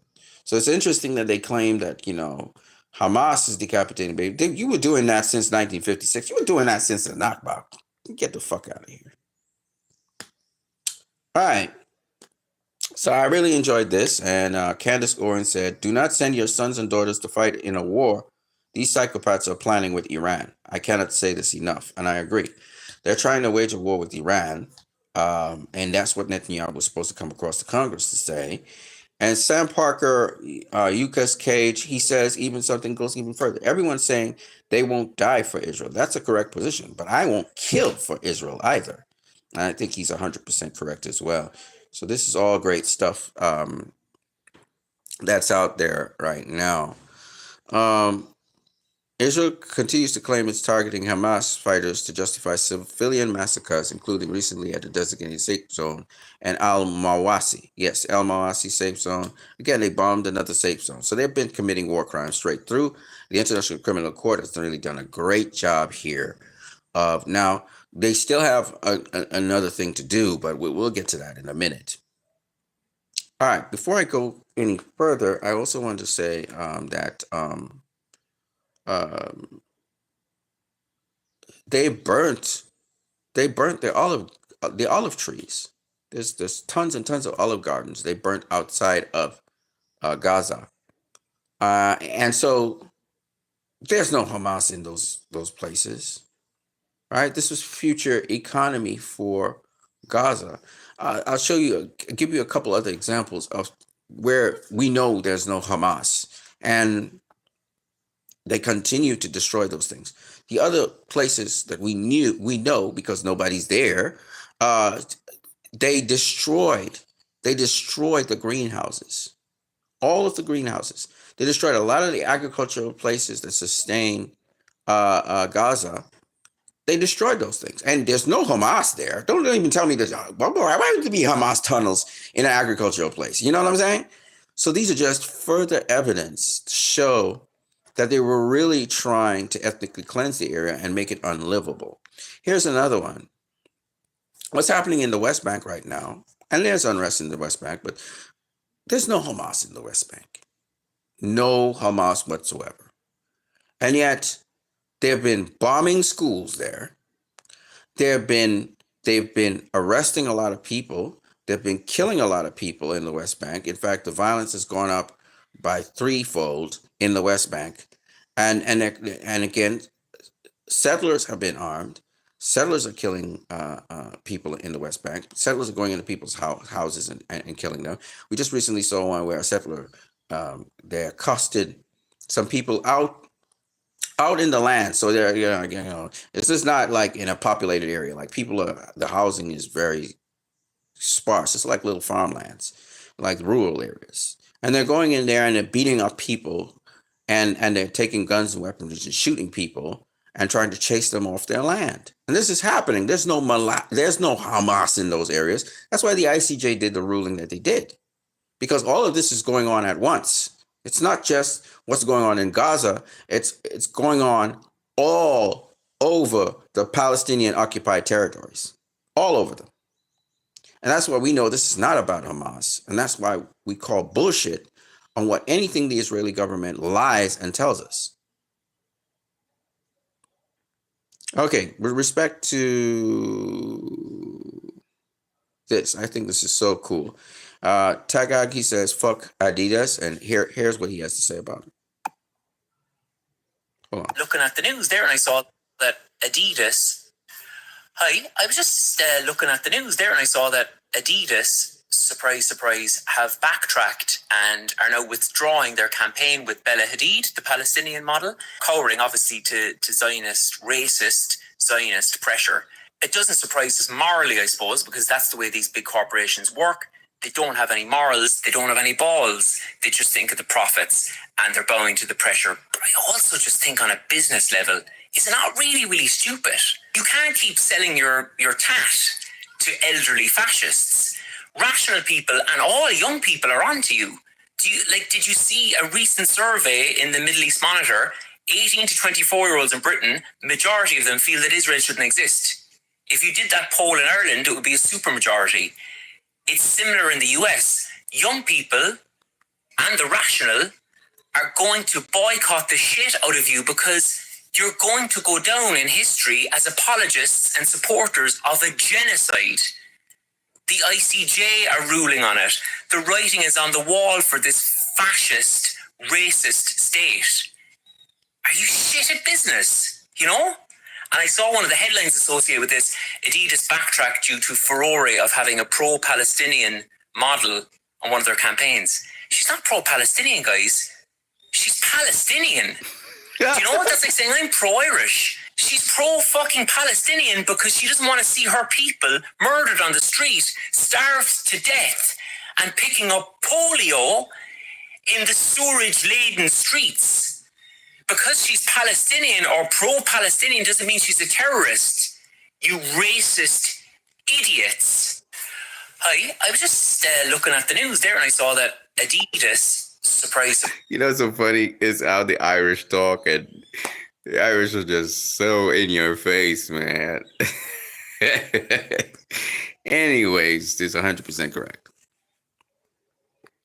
Washington Post, see, they posted about the ICJ stuff.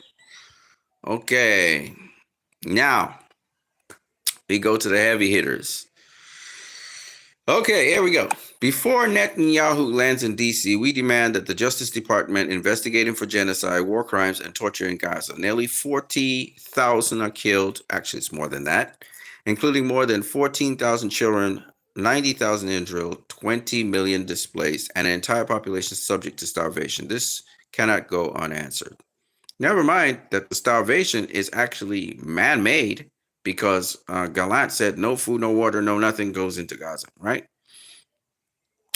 The J must investigate Netanyahu for genocide and war crimes. Well, as mandated by law. Well, I'll say this. I think I have a comment somewhere underneath there. If I'm somewhere, I don't know where I am. But I'll say this, and you guys know I advocate for this. You guys are citizens of the United States of America. I'm only talking to Americans now. Now, the senators and Congress have invited Netanyahu to come to D.C., okay? But they could be setting him up. Not saying that Congress is setting him up, but they could be setting up to get arrested by some other agency.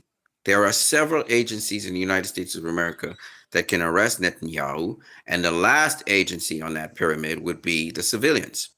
Civilians can arrest Netanyahu given they have a warrant. You can acquire a warrant from any legal agency, and then you can arrest somebody. But you only need the warrant because of jurisdiction. That's why you need the warrant.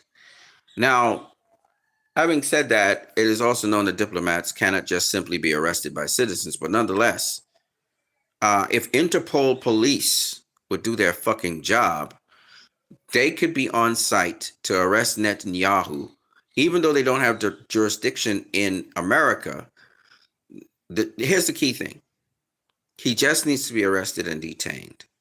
So, for example, the Justice Department, who have already found that Israel has committed certain war crimes in Gaza, sorry, not war crimes, but non-proportional response in Gaza, they should do some further digging and have certain war crimes lined up. Because if they can detain Netanyahu, either one of two things can happen. He can either be extradited back to Israel for the Israeli courts to prosecute him, or he can be extradited to the ICC, or he could be kept in the United States of America, detained, and the Justice Department could try him. So there's a number of different ways how this can go down. That's why Netanyahu has already canceled his trip to the United States. I don't think he knows how safe he would be there, because even though the senators have invited him to Washington, D.C., Washington, D.C. is its own state. You know, the federal government might say, come on over. And then the state might say, all right, he's in our custody now. Just like that, you know. You can set up somebody to get caught, because not everybody's in the same mind with these senators, and that's what they're not understanding. So they're inviting him across to America, and America is kind of a hostile land right now. It's kind of hostile towards Netanyahu. First of all, his own Israeli people don't even like him. So the way how this could go down is like this. The Department of Justice can arrest Netanyahu on war crimes and deliver him to his own country's judicial system, which is already trying him for corruption. And they could try on top of that him for war crimes. So that's one way of doing it. The second way is if the ICC, he's delivered to the ICC, to The Hague, to to defend himself. Okay? So I don't know if Netanyahu's really seriously considering about going across. If I was him, I was not coming to DC, because he'd get set up. They would set him up. And I think they would arrest him. But you as citizens need to put pressure on the Justice Department. You as citizens need to put pressure on the system. Gallant, I think, came to the U.S. and he was not arrested. Of course, the ICC hasn't issued arrest warrants, but Netanyahu, he's the guy we want. We want to get him. Gallant. We will get Gallant after, but we want to get Netanyahu first. And he's a dude that they need to arrest. If he leaves Israel's shores, pressure needs to be put on the governments by the people to ensure when he lands in the country, not just about protesting, you guys need to say, arrest Netanyahu. And then if you are citizens, you have to have a warrant. You can issue a citizen's arrest on him and get him incarcerated or detained. Okay? Preferably, if he's arrested in your country, you would want to prosecute him in the United States of America, seeing that the United States of America really doesn't have any links to the ICC. But the other thing is to extradite him back to his country directly to the courts under what we call it, under guard. He's delivered to the courts of his country, who will prosecute him for the crimes, both corruption crimes and also for war crimes. If the Israeli criminal courts are not willing to prosecute him, then it must be extradited either to the ICC or he must stay in the Justice Department, and the Justice Department commence to convict him on crimes. Either way, he's a wanted man, and he's going to be marked for the rest of his life until he goes up into the courts. But the fact that there's a call for this is good. And I said that you guys need to take your civic responsibility to the next level. You have to express your will. The will of the people needs to be expressed. Since the governments are they're not doing the will of the people. What they are doing is the will of corporations and conglomerates and lobbyists. So it's up to you to express very strongly the democratic and socialist and communist will of the people. Notice I lumped all three words together in one lump. Okay? So I thought I would express about that bit of news there.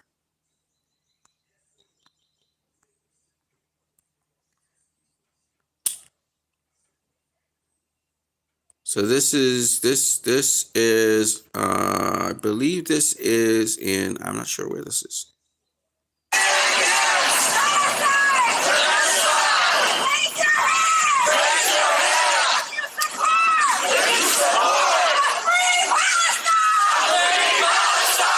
Okay, this is probably in America. This is going on. We have protests that's happening in America, in China. We've had protests in Japan. We've had protests in Brazil. We've had protests in the UK. We've had it in, I believe, in Turkey, Iran, Jordan, Egypt. We've had protests in Norway, Germany, France, Spain, the Netherlands, UK, just about every major EU country. There have been tremendous protests. Africa, everywhere they've been protesting this. The will of the people is more important than the will of the elites or the people who are supposed to be representing the people. And it's very clear that that is not happening. The people elected to represent the people are not doing so. And that's why I keep on talking about Jill Stein for president. Now, Knesset MP Ofer Kassiv has a mouthful to say on the atmosphere in Israel concerning the genocide in Gaza. Believe me, there's a lot of people and families of hostages and Israelis killed by Hamas who oppose what is happening in Gaza right now. They are not about war and that kind of attacks. Most of these people are in, of course, Tel Aviv, but he went on to talk about how he became aware of this, how he came out to the brainwashing that happens in Israel concerning the army, the military, and also Zionism. And then he talked about who he joined, what party he joined, which was the Communist Party, and he's part of the Communist Party there. He's the guy that's been incarcerated several times for his avoiding of the draft. He's part of Knesset, and he says that how Israel has always been this way. It's always been apartheid. It's always been horrible. He says that in for example, in Israel, the Nakba is illegal to talk about the Nakba, and that just shows you that there's guilt there. And then, of course, he said the extremists, the settlers particularly, they become more vocal, more brave, more bold. And so, the guys that they're guys who convicted criminals and terrorists who aren't in part of the government right now. And he's saying that, an old Israeli scholar, he spoke about Israelis being Judo-Nazis. And he also talked about how he, since 1960s, 1965, something thereabouts, He saw where Israel was going to head if they continued the occupation of the Palestinian territories. And true to form, here we are. You know, they're just like Nazis. They're getting more and more more and more animal-like. You know, and so it's not surprising that the Zionists are so aggressive. It's because everything's been exposed. It's in the open now, and we're seeing what Zionism is. It's ugly. It's nasty. It's dirty. It's wicked. It's evil, and Israel's going to fall, and we all know that. It's just a matter of time. George Takei talks about how things radically changed for him. 82 years ago, on February 9th, 1942, President Franklin Delano Roosevelt, in the height of insanity of racism after the bombing of Pearl Harbor, signed Executive Order 9066. It ordered all Japanese Americans on the West Coast to be summarily rounded up, imprisoned within 10 barbed wire prison camps, with no charges, no trial, no due process. One day, a few months later, we saw two soldiers marching up a driveway carrying rifles with shiny bayonets on it. They stopped up the porch right in front of our window and banged on the front door. My father answered. One of the soldiers pointed a rifle at him right in front of us and ordered us out of our home. I had just turned 5 in April. It was May when they came to take us away. My father gave my brother Henry and me 2 heavy suitcases, and we brought them into the driveway and waited for our mother to come out. When she did, she had her little baby sister in one arm, a huge duffel bag in the other, and tears streaming down her cheeks. That is one morning that it seared into my memory. I will never be able to forget all the innocent people, my family included, who had nothing to do with Pearl Harbor, most of who were law-abiding U.S. citizens who were suddenly categorized as enemy aliens. Today, terrifying words from political leaders today that once more raised the specter of what happened right here in America. Donald Trump and his allies are talking about rounding up about 11 million people and putting them in mass detention camps before deporting them. There won't be time for due process to sort out who's documented and who's not. Homes will be lost, businesses too, families will be torn apart, lives will be ruined over fear and ignorance, all to serve the ambitions and agendas of politicians. I know because I lived through it. I say never again. Not while I have 1 ounce of fight still left in me. Join me, fight this madness. Help keep America from repeating the mistakes of its past. Not only that, but this is the same thing happening with the Palestinians.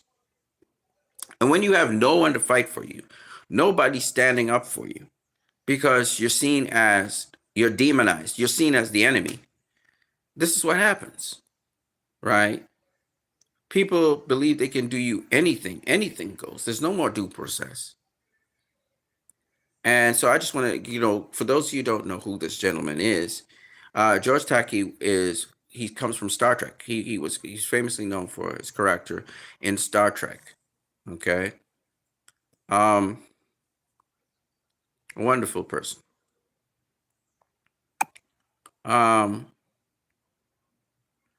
He goes on to say, if you think the media can't be complicit with fascism, you're in for a surprise. When I was a boy, the papers constantly amplified those politicians calling for forcible removal of all Japanese Americans from the West Coast. We were U.S. citizens, but they didn't care. And I want to just say, the same fascism is what caused the fear of communism. Communism, if you guys go study what communism is, you begin to realize that Marxists and these people, socialists and these people, they weren't trying to create some sort of monster. They were actually trying to create an ideology where people would work together and no one person would be in charge of everyone. So that's what communism is and socialism. In fact, Canada is a democratic socialist state. My country is a republic, yes. It's a democracy, yes, but it's also a socialist state where the central government takes care of certain fundamental rights that citizens have. For example, the right to proper health care, the right to water, okay, the right to electricity. These are all state-funded agencies, okay? Some of them are private agencies now, but most of them are state-funded. So that's all socialism is. Socialism can be a part of a democracy. Communism, I know this sounds a little crazy, but socialism is a form of communism anyway. Communism can be a form that is utilized in a democracy. But if you don't understand the terms and you think of them as taboo, oh, you're a commie this, you're a commie that, you'll never understand the truth in situations. Okay.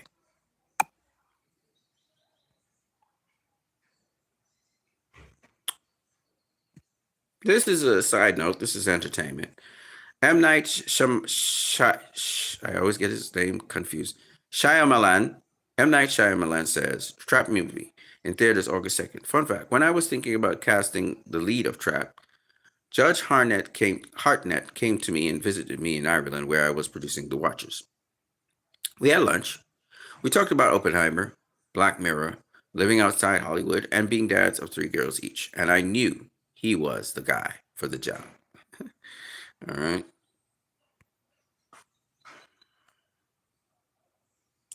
All right, let's listen to this. Here we go. From ending that war and Blackwater CEO Eric Prince, the international mercenary baron, spoke at the Heritage Foundation recently, made a rather remarkable confession. Let's take a listen. the Navy has been ineffective in Yemen. U.S. has given very bad advice, very mixed advice in Gaza, preventing the Israelis from finishing it, or even preventing from ending that war in a clever way. I provided the Israelis a fully funded, donated ability to flood Gaza with water, with seawater, to flood the 300 miles of tunnels blocked by the Pentagon.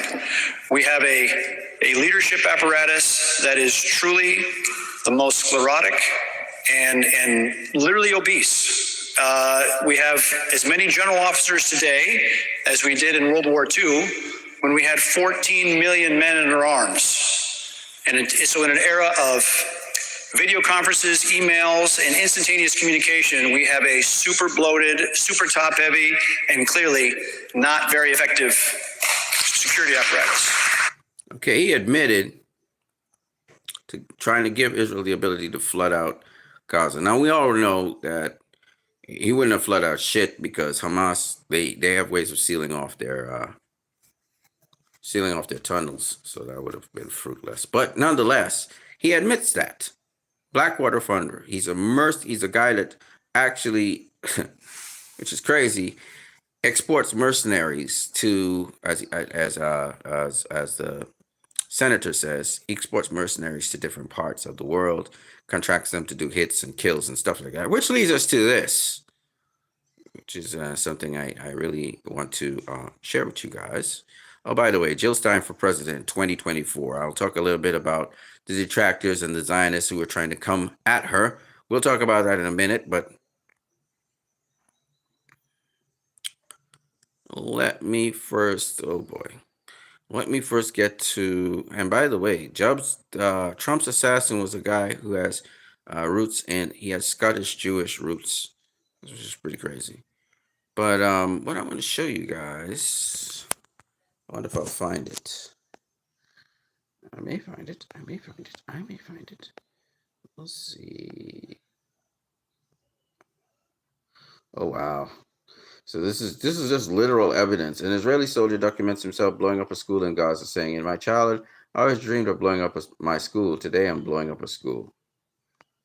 There's so much to say about this. So let me see if I can find what I'm looking for. I hope I find it.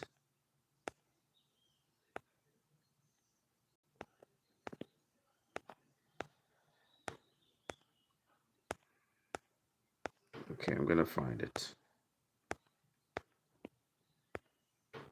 That's pretty funny.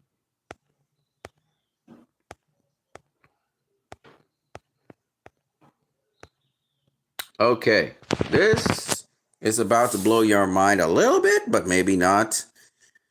We share so many crazy things about Israel. This is not necessarily that. Now, Blackwater, as I said before, he's a guy that has mercenaries under him. Okay. Right. Europe and Africa have been recruited. There we go. That's how Israel's recruitment of foreign mercenaries is one of the primary drivers behind what has become a Holocaust-level rate of mass murder. This must be discussed. Because when we talk about foreign mercenaries, we are talking about professional killers, guns for hire, and trained assassins who take pleasure from the business of murder. America, Europe, and Africa who've been recruited by the Zionist regime to commit unspeakable acts of evil in the Palestinian territory.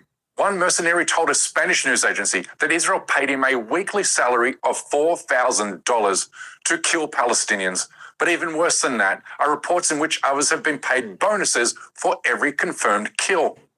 This is the incentivization of genocide. In Gaza, we have seen one atrocity committed after another. We have seen entire families tied up and executed in cold blood. We have seen women gunned down while waving white flags. We have seen groups of old men rounded up, stripped naked, and shot where they stood in the freezing cold. This is the dastardly handiwork of Israel's mercenary forces, of which tens of thousands have been rotated through the Palestinian territory since October of last year. We are talking about 20,000 Americans, 4,000 French citizens, 1,000 Australians, 1,000 Italians, and 400 Indians, with thousands more collectively from Ukraine, Germany, Russia, Canada, and South Africa. Israel calls these recruits lone soldiers.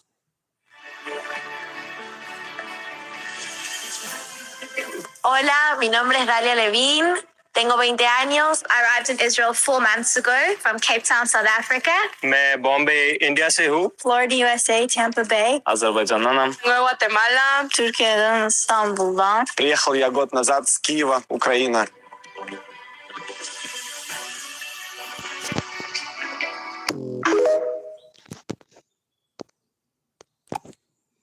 Right. So when they talked about the black water guy, yeah. All right, here's a breaking statement from opposition leader Yair Lapid. Once I wanted him to become the prime minister of Israel. He's a little bit more moderate, but he's of the same mind as the other guy. But I really wish there were better people. Anyway, the crash of the drone in Tel Aviv is further proof that this government does not know how to and cannot provide security for the citizens of Israel. Those who lose deterrence in the north and south also lose it in the heart of Tel Aviv. There's no policy, no plans, only public relations and discussions about themselves. They need to go. We know how to establish a functioning and efficient government that will restore security and strength to Israel. Do you really? Do you really? I'll say this.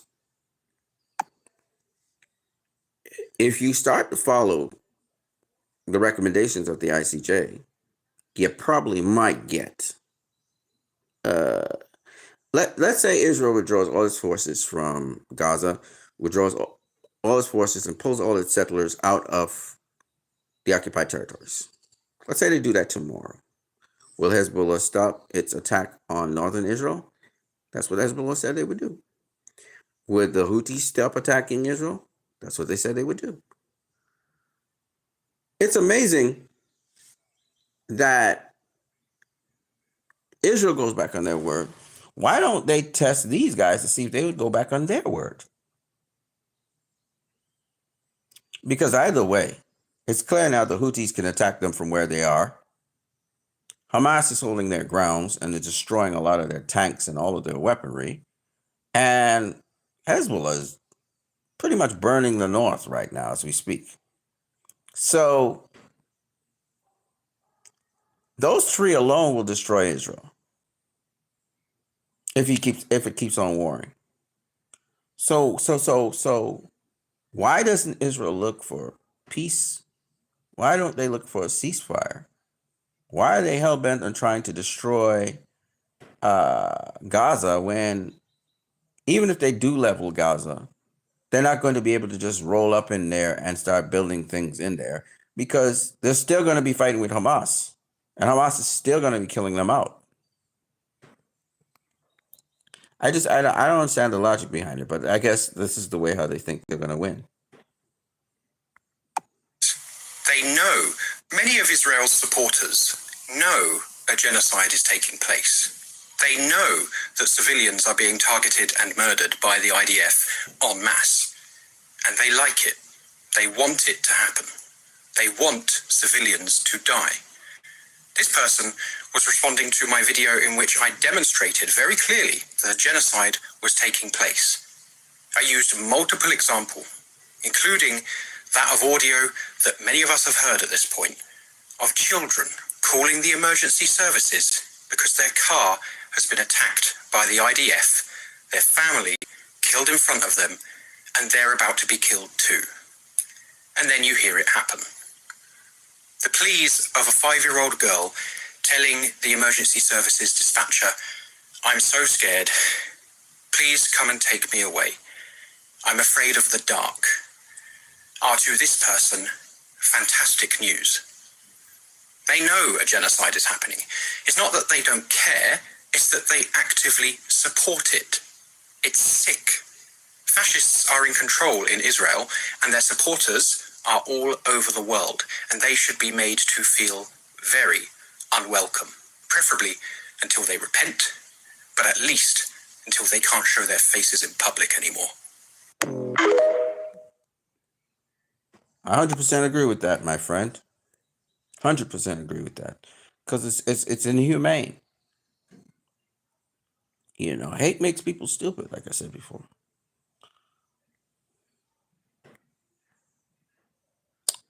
Let me see here. Oh, what happened in Leeds was because home collection services was taking some kids away from their home, and the community protested it, and it started a huge riot in which the Romanian people started to hurl stuff at the police, and the police had to run away. Okay. Suppressed News says, why are flights leaving Israel fully booked? Okay, here we go. Bomb and start every hospital in the G Strip. Bomb them. The entire educational system. Bomb it. 2.3 million people. Bomb them all. About 1 million children. Bomb and starve them. The Nord Stream pipeline. Bomb it. Cluster munition. Send them to Ukraine. But they're illegal. American college kids protesting the G-side. Physically assault them and arrest them. Tens of thousands of brown babies. Did we try bombing them? We did. And starve them. Yes. Do it again. Sudan. Sanctioned. Yemen. Bomb and starve them. The whole African continent. Bomb and starve them and assassinate their leaders. Southeast Asia. Surround them with nuclear weapons. Eastern Europe. Did you try aiming nukes at them? Yes.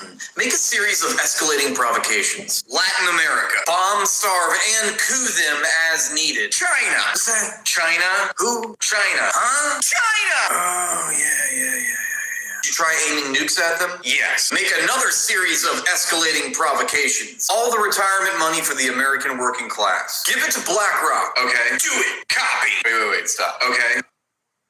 Okay, do it again. Ukraine. Bake them into the U.S. chain of command. Well, we can't do that because of Russia. Who? Russia. Still? Yes. Surround them with nukes. Turkey. It's too late for that. I want ice cream. No, the country. Turkey. Wow. North Korea? Turn them into an international pariah by kicking them out of the global finance system and sanctioning them. Australia? Give them a fleet of nuclear submarines to provoke China. Iran? Bomb them. Lebanon. Have Israel launch trebuchets of fire at them like it's medieval times. Okay, it's been about 10 months now. What do we do about the Gaza Strip? Bronze Age siege warfare. Syria. Let's have the U.S. military own half the territory. Your billionaire peer competitor and political opponent was just shot at. There is no room for political violence.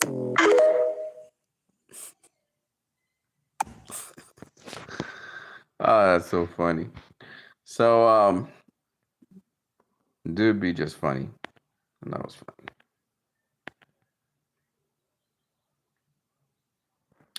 So I don't know what this crazy Jewish rabbi is saying, but I think he's a Zionist. If the Christians and Muslims unite, that would be the end of us. We must encourage them to kill each other.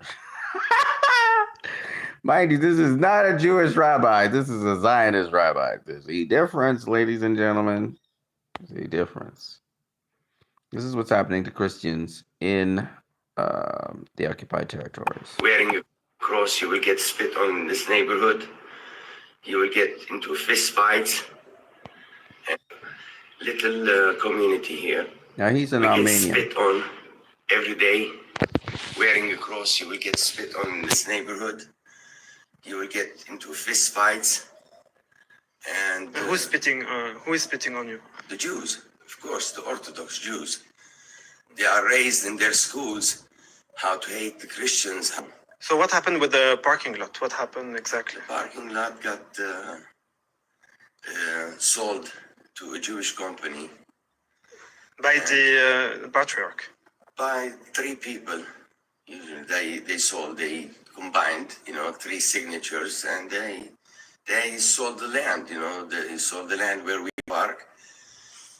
The existence of the school, it will be no longer a school if we lose its parking lot, because as a parent, and you're dropping your kid and you get a ticket or you don't have a parking lot, it's not suitable, to bring your kid to somewhere you cannot park, or it's going to be a hazard for your kid or for the safety of your kid. So this is the country that all prophets came from, Moses, and we want to live in peace. We don't want to be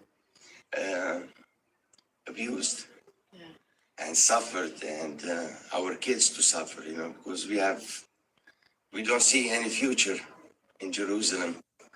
Little community here. We get spit on every day. Wearing a cross, you will get spit on. Okay, so this is an Iranian Christian gentleman, and this is how they treat Christians up there in Jerusalem. East Jerusalem is like the most racist area. Like literally, Jews, like really Orthodox Jews, they get spit on. They get harassed. They get beaten up. Their homes get invaded. And these are Jews we're talking about. Supposedly Israel is the land for the Jews. Well, the actual Orthodox Jews who have a history of living in Palestine, some of them live in East Jerusalem, and they're treated like shit because they oppose the occupation of the Palestinian territories.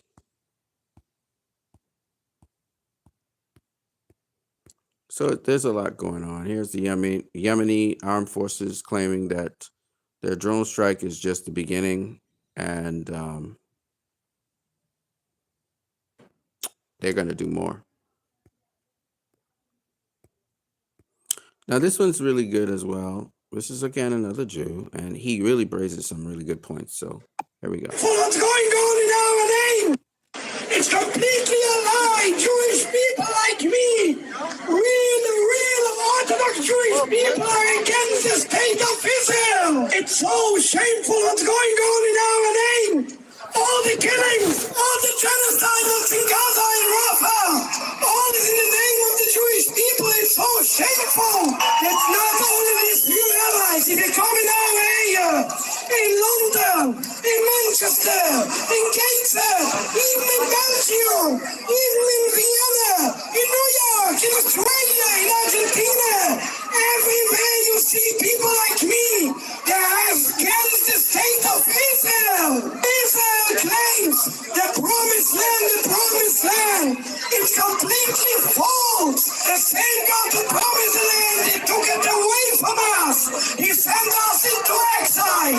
Jews have no right, according to the Torah, to rule any piece of land. Their whole land, according to the Torah, their whole land from the river to the sea, should go back to the Palestinian people. People say this rallies is anti-Semitic, it's anti-Semitism. I come to declare openly, no, having got nothing to do with anti-Semitism. The Muslim people have no problem with Jews. They have a problem with occupiers. They have a problem with genocide. This is not anti-Semitism. We're standing here 10 rabbis in the front of a rally against the state of Israel. We proclaim this has nothing to do with anti-Semitism. It's an anti-genocide. Jews have a golden history in all Muslim countries. Everybody knows the history, knows that we live for hundreds of years together, harmony and peace. We live much better than in the rest of the world. The best times for Jewish people was in the Muslim countries. And even today, give a look. How can people say Muslim are anti-Semitic?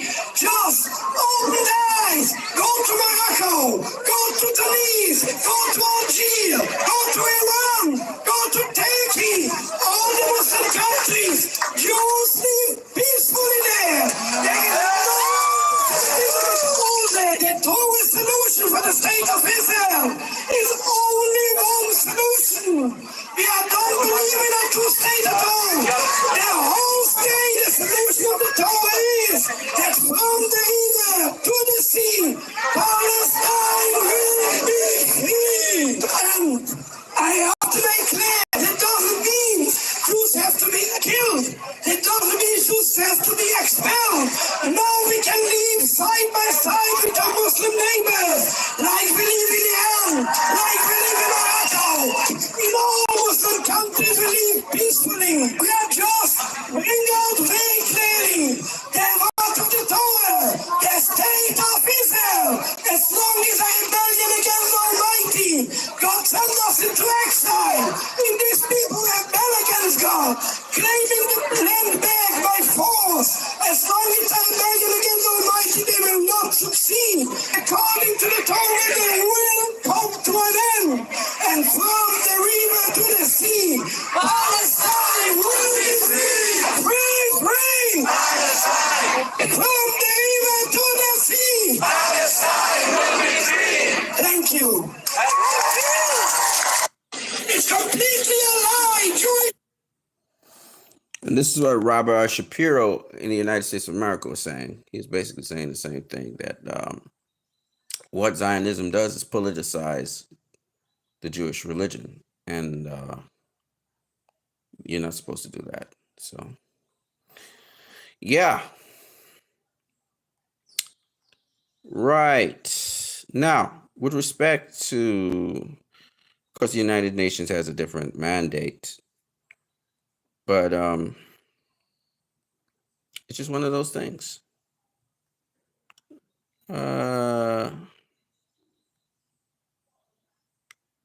This is it here with the kids being abducted and pulled out. And this is what started the riots in Leeds. 5 children were abducted from their home by social services. And that started the whole ruckus in Leeds right there. The people in the community were fighting to try and keep the kids in the community. So that's what happened.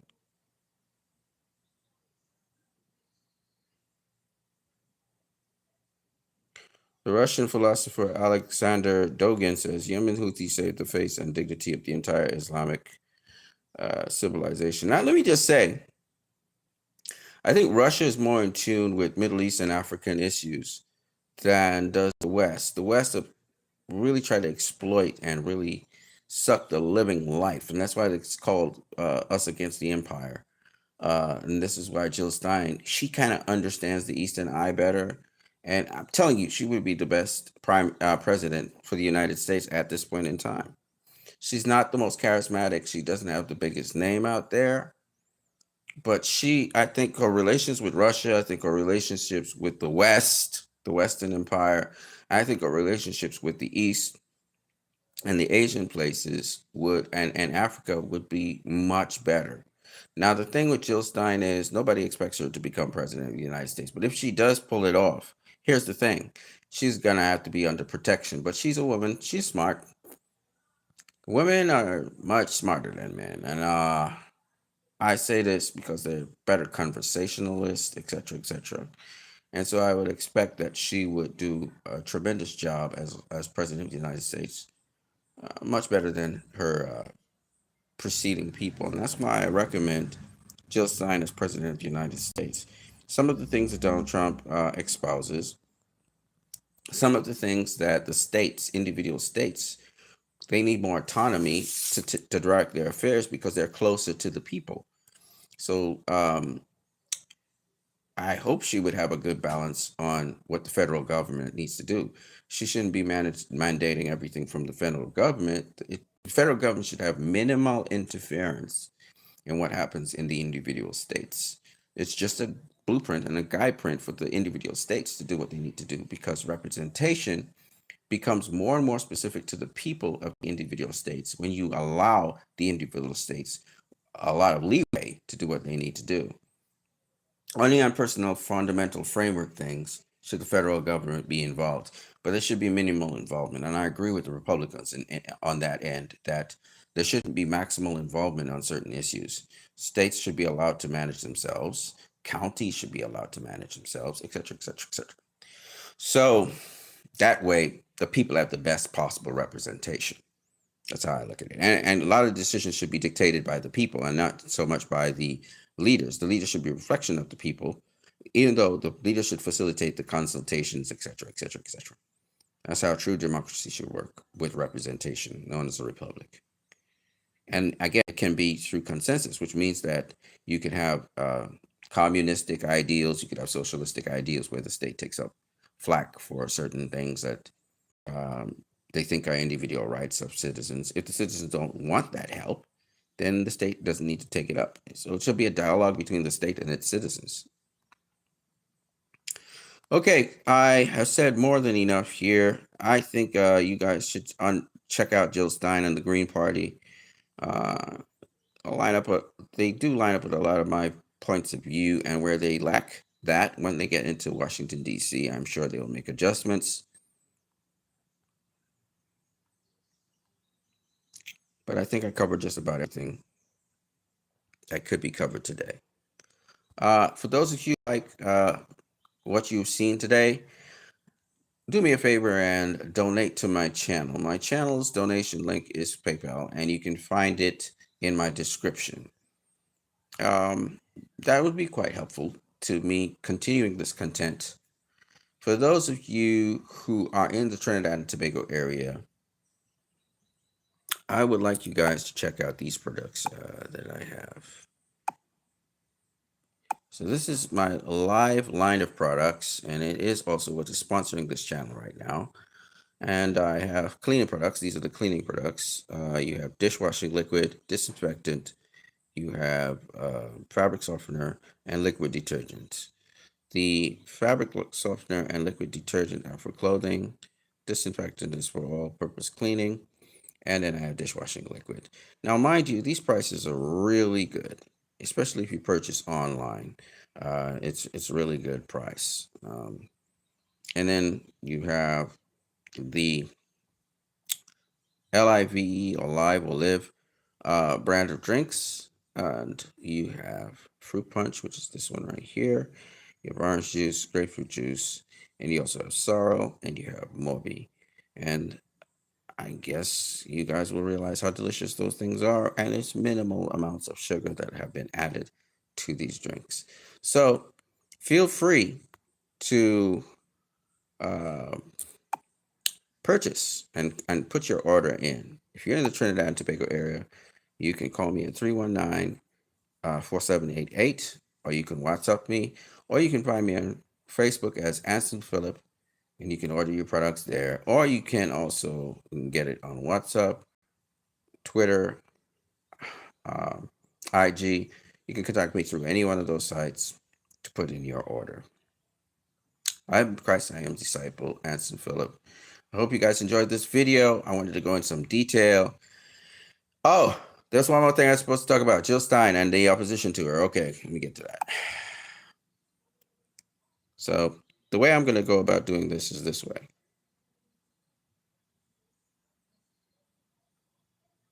Okay, I got some stuff, some updates there.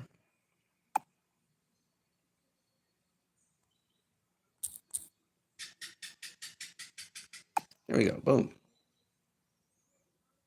So Dr. Jill Stein, she's a medical doctor. She's a presidential candidate. She cares about people, planet, etc.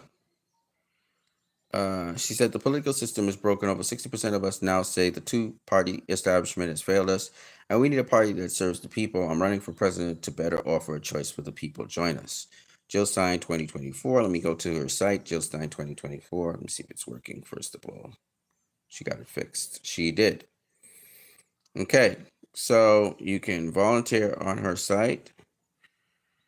Hold back. We demand an independent investigation into U.S. funding of Israel's genocide in Gaza. She has 270 different ballots, so she's got the minimum. She's all about stopping the TikTok ban, so that's really awesome. She has matching funds from different states for different places. They have their Merck. Here, you can find all her interviews here. You can meet her so you know who she is. Okay. So this is Jill Stein. You can make donations here. Pledge your donation. That will help with the campaign. Okay. Let me do meet Jill Stein so you guys can know who she is. They like to say that she's associated with Russia. She's a Russian mole. Blah blah blah blah blah. Oops. People are tired of being thrown under the bus by wealthy elites and their bought politicians. So I'm gonna. You guys can go ahead and check out her site. But I just want to show you a couple things about her so that you will know. Dylan X says the American people have been fed a lot of lies. I mean, talking points about Jill Stein from the DNC. When you hear a friend repeat one, send them this helpful reminder.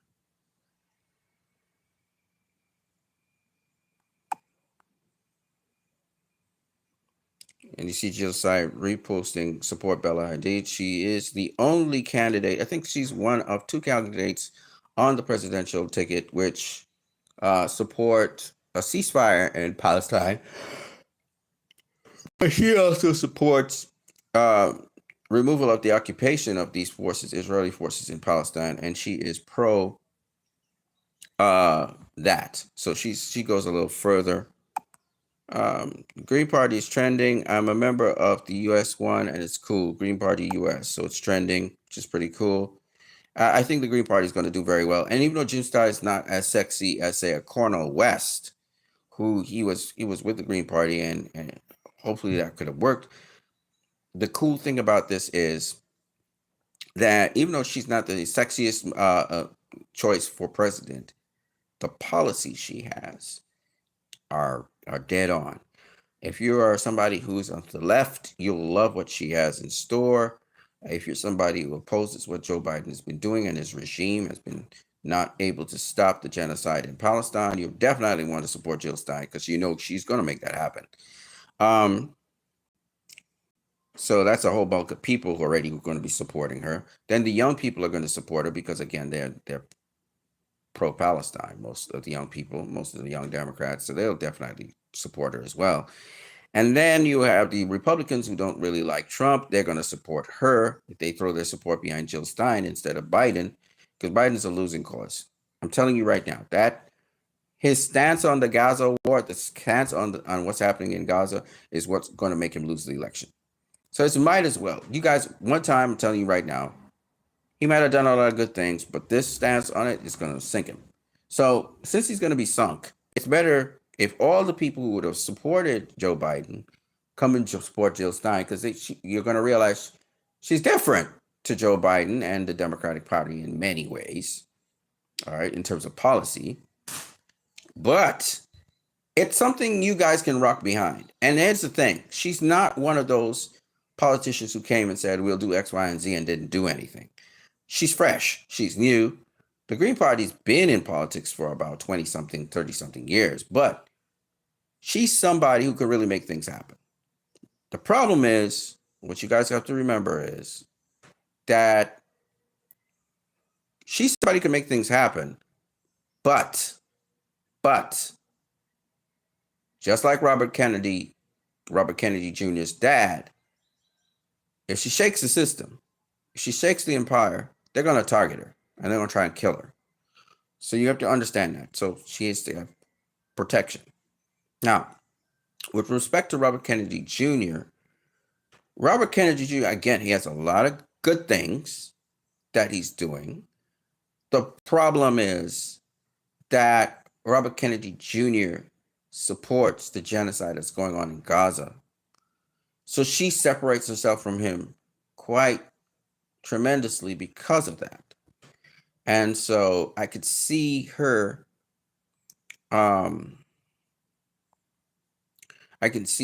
pulling away from Robert Kennedy and separating herself from almost every single candidate there. And I think she's going to take it. I'm going to be honest with you guys. I think she's going to take it. The Green Party is going to win. Your party has betrayed you, just like they betray everyone except their corporate owners. Jill Stein, Talib, 2024. Jason Cole understands it, and he's even supporting Palestine. And Rashida Tlaib, she says the ICJ rules that Israel's occupation of the West Bank and East Jerusalem violates international law. She's 100% correct. And Jason is straightening out Rashida Tlaib. She needs to understand that while the Democratic Party is a good party to some degree, and there are good people in that party, she's not going to get support for that from her own Democratic Party. Joe Biden's never going to change his mind, and he's not stopping running either about what's happening in East Jerusalem, the West Bank, and also Gaza. So, which means Rashida Tlaib would do better to join the Green Party at this point in time. You're going to see the rise of the Green Party because nobody really supports fascism. There's blind fascism for Biden, and there's blind fascism for Donald Trump. Neither of them are good candidates for the next presidential campaign, and neither of them should become president of the United States again. If anything, they should be tried for war crimes. So it's very important that Jill Stein, who's really a new face on the block, Robert Kennedy's been known. The Kennedys are known, so he's a known name. Cornel West's been around for a while, so those guys are kind of known names on the block. But Jill Stein, she's not really well known. And then a lot of people, the DNC is trying to create rumors that she's commie and she supports Putin, which is bullshit. It's just as much bullshit as Trump and Putin collaborating to win the election. It's all bullshit. Okay, and so she has probably the most comprehensive campaign out there. So now she didn't want to be presidential candidate. They were hoping to push Cornel West to that victory, and Cornel pulled out. So, she is the candidate. She's not the most, like I said before, she's not that, but the policies are really incredible. Are they too centrist? Meaning, are they too federal? Or at least all federal policies? Hopefully not. And hopefully she gets that balance to understand that the individual states, whether she agrees with their opinions or not, should have more say on almost every issue that she will encounter. I think like the issues of abortion, LGBTQ rights, all these things, these are things that state by state, states should put legislature on. You can have guiding principles on them, but you should let the individual states do, because different states will have different opinions and things. And to try and just federal law kind of force everybody into one mode is the problem with these governments that have been coming into power. The other thing I would say is that things like gun control and those kinds of things, again, let the states individually direct as is according. Now, if the states can't do a good job on it, there should be something put in place by the federal government so that they could assist the states in somehow finding a solution to whatever problem it may be that is causing gun violence in some sort of like mass killings or mass shootings or something craziness like that. So that is where I think Dr. Jill Stein can really do some really good work. But she has to understand the balance between the federal government, not to give the federal government too much power, not to give the Supreme Court too much power, because there are already courts, in the different states. There's Supreme Courts in other states. So what I'm trying to say is, don't centralize everything. Try to decentralize control of the federal government. That way, individual states will have more autonomy, and they'll be closer to the people to be able to respond to the people and their needs. And then we have the representation from the different people in Congress, where that hopefully that representation translates into satisfaction for certain individual states. That's what should happen. And hopefully that can happen. If it doesn't, well, but I think Dr. Jill Stein may be the person for the job. And besides that, she comes from a medical background. So that's even better. Okay, and she's been fighting civil rights and all kinds of rights battles for a long time. Now, what I noticed, though, is this. Let me show you what I will show you.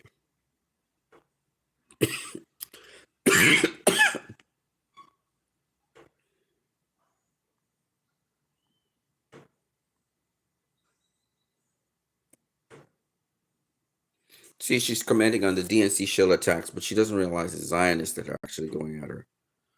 I'll show you guys an example of it.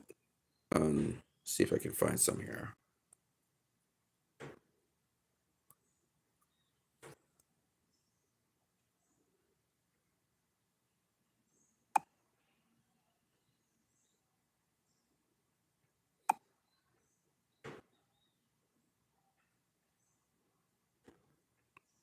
So she's starting to get people to band together, which is pretty cool.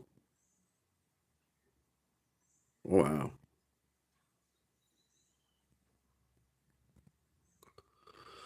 I was on a post she did. I can't remember what it was. Let me see if I can find it. And man, did she get attacked.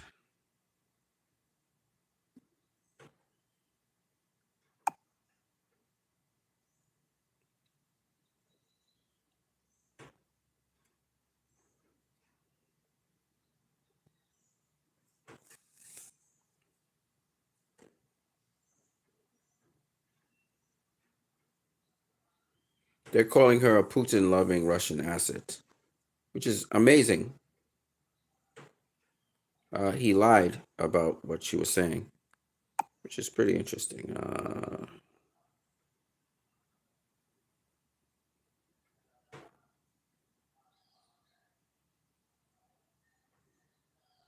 Honor to be compared to Ralph Nader. Are you worried that you're going to be the Ralph Nader of this election and people will blame you for Biden losing? I consider it a great honor to be compared to Ralph Nader. Are you worried that you're going to be the Ralph Nader of this election and people will blame you for Biden losing? I consider it a great honor to be compared to Ralph Nader. Are you worried that you're going to be the Ralph Nader?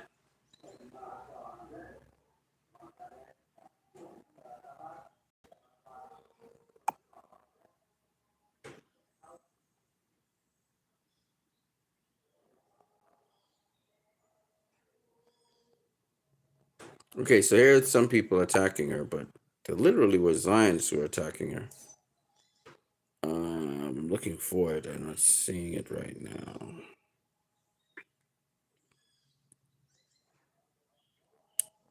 Literally, I was on one of the feeds, and the guy, 3 people turned out to be Zionists, and then I began to realize, oh, the people fighting back, at least initially, were Zionists. And I was like, whoa, so these Zionists, they're attacking. I consider it a great honor to be compared to Ralph Nader. So, yeah. But, Hi, I'm Joan, a rank and file union member with OPIU Local 153 with Kickstarter United. We need an alternative to Biden and Trump this November, and that's why you should register now for the inaugural National Zoom Conference of Workers Strike Back. Trump is a huge threat to working and oppressed people, but so is Biden. Biden's disastrous campaign and his trail of broken promises have made an unthinkable second Trump presidency a possibility. Biden and Trump are both warmongers and continue to give their unflagging support to the genocidal war on Gaza. Workers Strike Back has been organizing against the war, including organizing our unions to pass ceasefire resolutions, like the one my coworkers and I won in our union last month. Major unions like UAW, SEIU, NEA, and more, representing millions of workers, have passed ceasefire resolutions. But we need unions and the labor movement to go further. We should rescind union endorsements of Biden, use the real threat of strike action, and support independent anti-war candidate Bill Stein in November. We need to rebuild a fighting labor movement that joins with the anti-war movement to stop the war machine in its tracks, just like the movement that ended the Vietnam War. Workers Strike Back is calling for national protests and strikes on Monday, August 19th, to coincide with protests at the Democratic National Convention in Chicago. If you want to help build these protests and join the movement for an alternative to Biden and Trump, come to the Workers Strike Back inaugural National Zoom Conference. Register now at the link in our bio, and I'll see you there. Hi, I'm Joan, a rank and file union member with OPIU Local 153. so just letting you guys know that, you know, a lot of the initiatives you saw, like the Green Deal and all those other initiatives that Bernie was bringing to the table, they're actually from the Green Party. Bernie was once a part of the Green Party. So Dr. Jill Stein's been there for a long time, as well as a running mate. And you know, a lot of the positive things you saw in the United States of America that supposedly were initiated by the Democrats, they really originated from the Green Party, which is a think tank. So anybody saying Dr. Jill Stein is pro-Putin and all that bullshit, it's just nonsense. Okay? It's just they don't want another player who's a real serious player in the game. And I think she's going to take it. I think she's going to actually take this game. There's a couple months till November. It's kind of late in the game, but I could see her rising up the polls and just taking everything because she's all about the real issues. And they understand it's an empire that they're going up against. So they understand what they're up against. And they know what they need to do to calculate to make it happen. They've been around for a little while. So I would like to see now the things I hope they have in place, like she knows who her cabinet would be when she wins the election. She needs to know also how to put things in place to assess what the current situation is and what she could do to put in place, because she seems to have a really great balance of domestic issues as well as foreign policy. So, and her party. So that's what's kind of making it very interesting. Why I think she is a really great candidate for this. She seems to have a good grasp on some of these things. Now, the thing about it is, though, I don't know what her grasp is about Washington, D.C. and getting there. So hopefully she has a good idea of what D.C., how D.C. handles itself, how it behaves, so she could start making those, as we say, those shifts in how D.C. would operate and so on. So I know it's not all up to her. It will be up to her party machinery, the Green Party, how they will handle things, how they'll put things together. You know, it's a collective effort. Her machinery, the machinery of the Green Party is pretty good as well. So it's going to be interesting. It's going to be an interesting next couple of months. But yes, if I have to endorse anybody in the political campaign, it's going to be Dr. Jill Stein. She is definitely the candidate for Americans to back, and more Americans are going to get exposed to her. More Americans are going to know about her, and the party candidates as well. And I think a lot of them are going to throw their support behind her when they realize what she's, because she's the only candidate who's pro justice, about ending the genocide, ending the occupation, and just the recent ICJ ruling really, endorses her, sort of like being on the right side of history. So there's a lot to go on here. We'll see how it happens with Dr. Jill Stein, but I think she's on the right path. And I think she's gonna take it, ladies and gentlemen. She's gonna come out of nowhere and take this elections. But let's see. We'll just have to watch and see. You never know how things go. We'll see. But running independent is not a good idea. You want to run with a party, and she has a party behind her. So we'll see how it goes. And if she's successful, we'll just keep tabs on that. But yes, like I said before, they're already realizing she's a threat, and they're trying to put up roadblocks. But so far, they've navigated through most of the roadblocks. They still have monies owed to them, but until then, she's pushing on. And I suggest you guys put her out there more. I definitely think this is a great candidate, and that's why, even though I'm not American and I'm not in the American system, you guys can say this is international interference. You can say what you want. I have a good eye for these things, and I just think she's the best possible candidate. In my own country, the best candidates were the COP. They were called the COP, or cops.